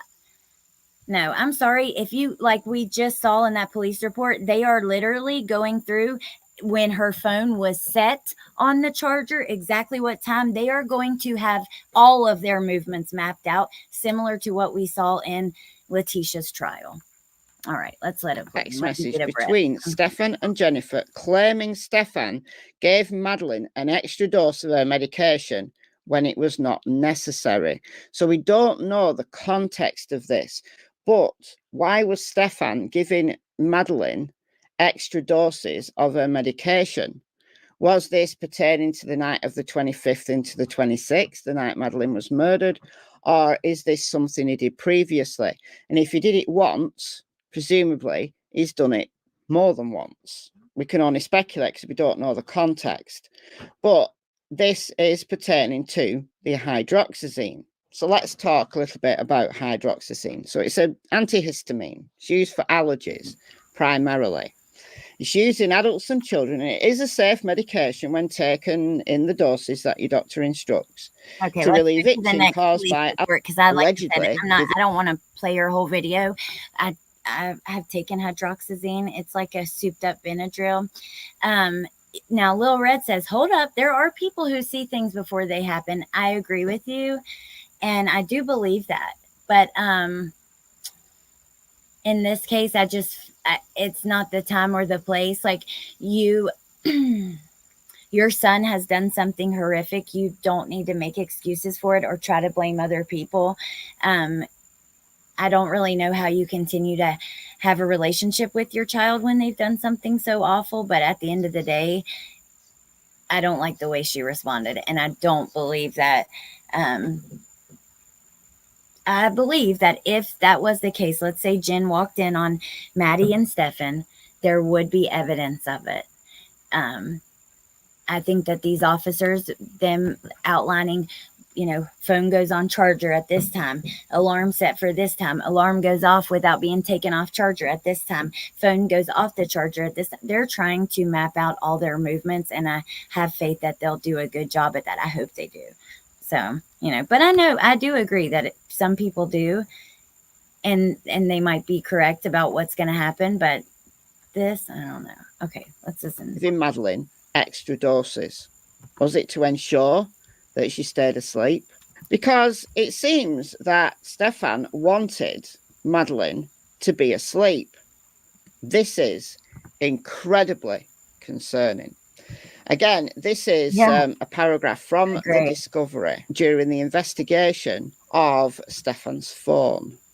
So on Stefan's phone were over 1,000 images of Madeline, his activity with Madeline, all the over 1,000 images. She put a clip here. I'm going to read it, okay? It says something about tapping general management, swipe and tap reset, the tap factory data reset, and then review the information. Once reviewing the information is complete, swipe and tap reset. If there is a password on the phone, at this time, a person would have to enter their password. This shows that Stefan could not have accidentally reset his phone, and it has nothing to do with the phone update, as he stated during his previous statements made under oath. Another factory reset was done on Stefan's cellular phone on February 27th at midnight. This would also be the time frame of his last statements to law enforcement and before he drove Jennifer's car to St. Cloud. Also, on Stefan's cellular phone, there was over 1,000 images in a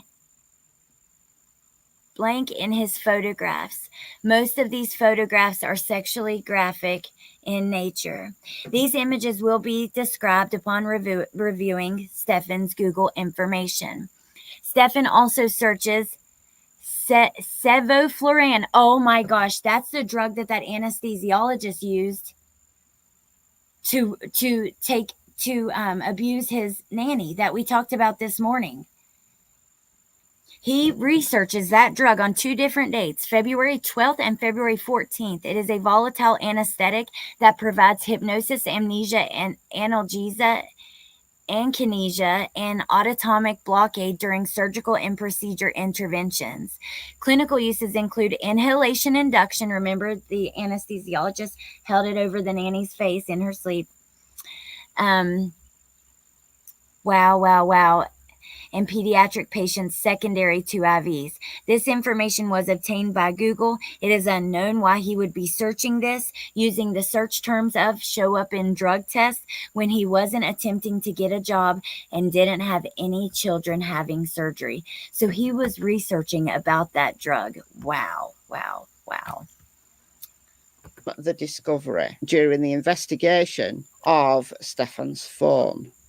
So on Stefan's phone were over 1,000 images of Madeline, his activity with Madeline, all there. We're going to skip forward. I'm going to drop this video again. There was 35,000 with 3 zeros images of child porn. Now, Madeline wasn't in those. We don't know who these children were. We don't know if he acquired them, whether he was trading photos and videos. Was he trading photos and videos of Madeline? Possibly. Was he earning money from these photos and videos that he was taking of Madeline? We don't know who these children were. On April 22nd, I responded to FDLE and made contact with an agent to retrieve downloads from the USB drives. One drive contained over 35,000 images of child pornography. It did not appear that blank was in any of those images. Oh my God almighty. He is fucking sick. He is sick. He had 35,000 pictures of little babies in sexual situations. Like, what the hell? You are disgusting. I cannot wait until the day that he is put in prison for the rest of his life or put to death, which I think he needs to be put to death, but that is just me. Let me see here, though. I'm going to pull up this teacher if I can find it.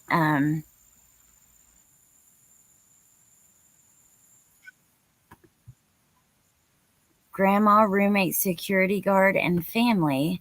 Where the heck is it? Is it on that one? That was the grandma.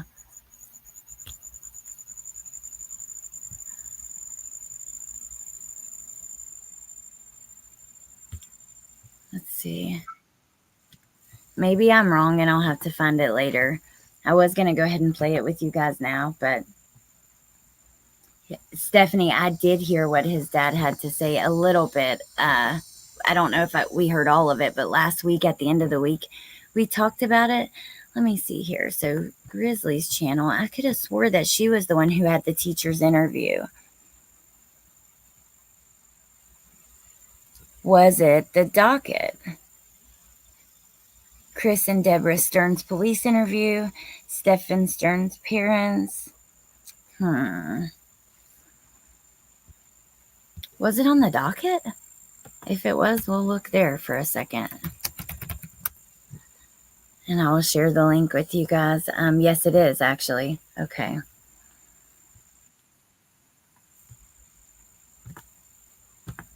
Hold on. I might have to go back and find. Don't know where it is.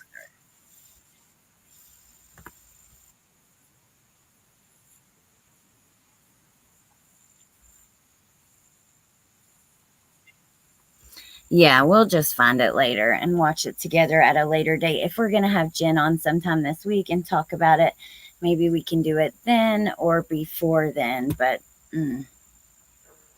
my stomach Do y'all hear it growling? I gotta go eat something. My stomach is touching my backbone. It's been growling for like 5 minutes, so I guess it's meant to be. I can't find that because I would sit here and play it. I did have an Alani this morning, a caramel apple. Have you guys ever tried those? They are so good. She did have the interview with them yesterday. Ooh, wow. FBI offers $50,000 reward in Sebastian Rogers case. Is that for real? An Alani Gin. It's like this. It's an energy drink, but they're sugar free. But they do like the cherry slush. I have it sitting right here, but I'll send you a picture. This one is called Witch's Brew, and it's like a caramel apple. It's really good, but I think it makes me hungrier. Hey, Carol. God, I hope that is real too. Let me just do a quick Google search. I'm sure it would come right up. Yes, it is. Oh my God. Look at this, you guys. Wow, wow, wow. And then there's something about a protest too. Let's take a look at it before we go. I will find that exact I'll find the interview that I was listening to with the teacher. We'll talk about that. Like I said, during Coffee and Crime, I feel like since all this stuff is coming out every day, we'll probably be talking about it for the next few days as things continue to shake out and people can go through the loads of evidence that has been sent out, because there's a lot of stuff out there now. Okay, so 6 months missing. FBI offers $50,000 reward in Sebastian Rogers case. Wow, that is incredible, you guys. What great news, for real. Damn. Thank you, Jesus. Thank you, FBI. Is that what news Ellie was supposed to tell Seth today? I don't know. Little Red, I've been gifted memberships when I'm not there too. I think like some people get some channels, I don't know, maybe they're just gifted already to the people who are in the chat and are usually there, and then other subscribers get them. Or so the FBI announced Monday a $50,000 reward for information in the disappearance of Sebastian Rogers. Since the 15-year-old autistic teen went missing from his Sumner County home 6 months ago, there have been few leads and no trace of the boy. FBI agents are now offering the reward for information that leads to the location and return of Sebastian or to the arrest of those responsible. He was last seen February 26th. Remember, he went missing right at the time when Madeline Soto went missing. In Stafford Court in Hendersonville, he was wearing black sweatshirt, black sweatpants, and black square-framed glasses. He has medical conditions, including autism, that may impair his ability to return safely without assistance. You can call 1-800-TBI-FINE, and now you can submit tips at tips.fbi.gov. So do you guys think that rewards like this could make people speak that wouldn't have in the first place?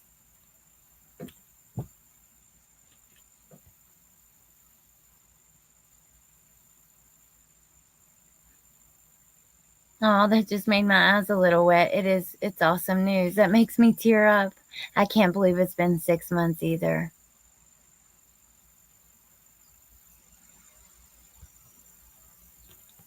Wow, wow, wow. Hopefully, I hope so too. Same day, I believe. Yep. Yeah. And then there was one more that came up, another news article regarding Sebastian's case that says a protest planned 6 months after he went missing. Let me see. Oh, I guess it's just a little news video. Let me see. This 15-year-old Sebastian. Today marks 6 months since 15-year-old Sebastian Rogers vanished from his home at Hendersonville. August 26th. This morning, a rally is planned at the Sumner County Courthouse to keep the case in the public eye. Peyton Kennedy's here with more on all of the timing of this. Yeah, Neil, Sebastian's father says he's been told that they will receive new information on the investigation today. Meanwhile, the rally is happening at the same time that Oh, great. Now it's going to do the same thing that other local news page did to us. I'm not even going to mess with it, but I'm really happy to hear that there is a reward. Just because, like Jen said, people will talk because of a reward, but will they be credible tips? It's a roll of the dice, but they had to do something. Yeah, because what else do you do at a point like this? Like, you know, I don't know, all the online surrounding it. Like yesterday, I know Dietz and Joneson were on because Dietz had said that it was icky, and I think that was misconstrued on other channels and maybe taken the wrong way, that she thought the arrest of Betty was icky. And what she meant, I believe, and I understand because I feel the same way, is just like all the mess around this case, all the drama. Like, good, if you break the law, you should be arrested, but it's freaking sad that has to take place anyways. You know what I mean? It's really sad because we have this missing child, and we have thousands of people that will spend 12 hours a day sitting around just talking shit about all the people surrounding the case every day, day after day. Is it keeping his face and name out there? Is it a good thing? I don't know, but I can definitely see the downside to it. And just like for months now, all I could think about is if Sebastian sees all the things people are saying, including, some of the things that Seth had said, that he had been through, some private things he had been through in his life and stuff. Like, since that came out, I've been so sad for thinking if he sees this. And you guys know, I know people that are really close to the case in my own family and or close to the situation and know these folks. And I have thought so many times, if they get online and watch all the mess, like, I'm embarrassed because they know, like I do, like, I just think it's embarrassing for YouTube and YouTubers in general, all of the mess and bullshit going on. And it would be horrifying for them to see some of the things that happen in his name. I would be really heartbroken. Okay, Shelly Beans, I'll check my email after this. I wasn't going to talk about this protest, but now I am. Good. Do it. But you know what? 6 months is a long time. 6 months today. So that's a big deal. And yeah. Without being cryptic, but without telling my family business, what I mean by that is I have a family member who works at his school and knows him personally. And she reached out to me when he first went missing, before it was even on YouTube, and was like, look, this child is missing and we're all really worried, and maybe you could talk about it, or something along those lines. So when I think about her logging onto YouTube and seeing all this bullshit, it's like, damn, man, it just sucks. So there's already someone live about the reward. Well,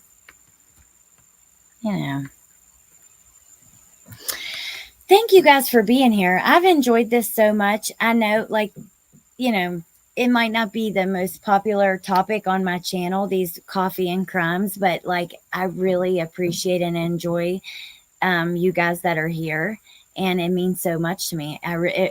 I feel like we're doing something good. We're talking about the bigger things that happen, but we're also talking about a lot of things that aren't being talked about, and kind of trying to keep an eye of what's really going on out here in this world that we live in. So thank you guys. It means so much to me.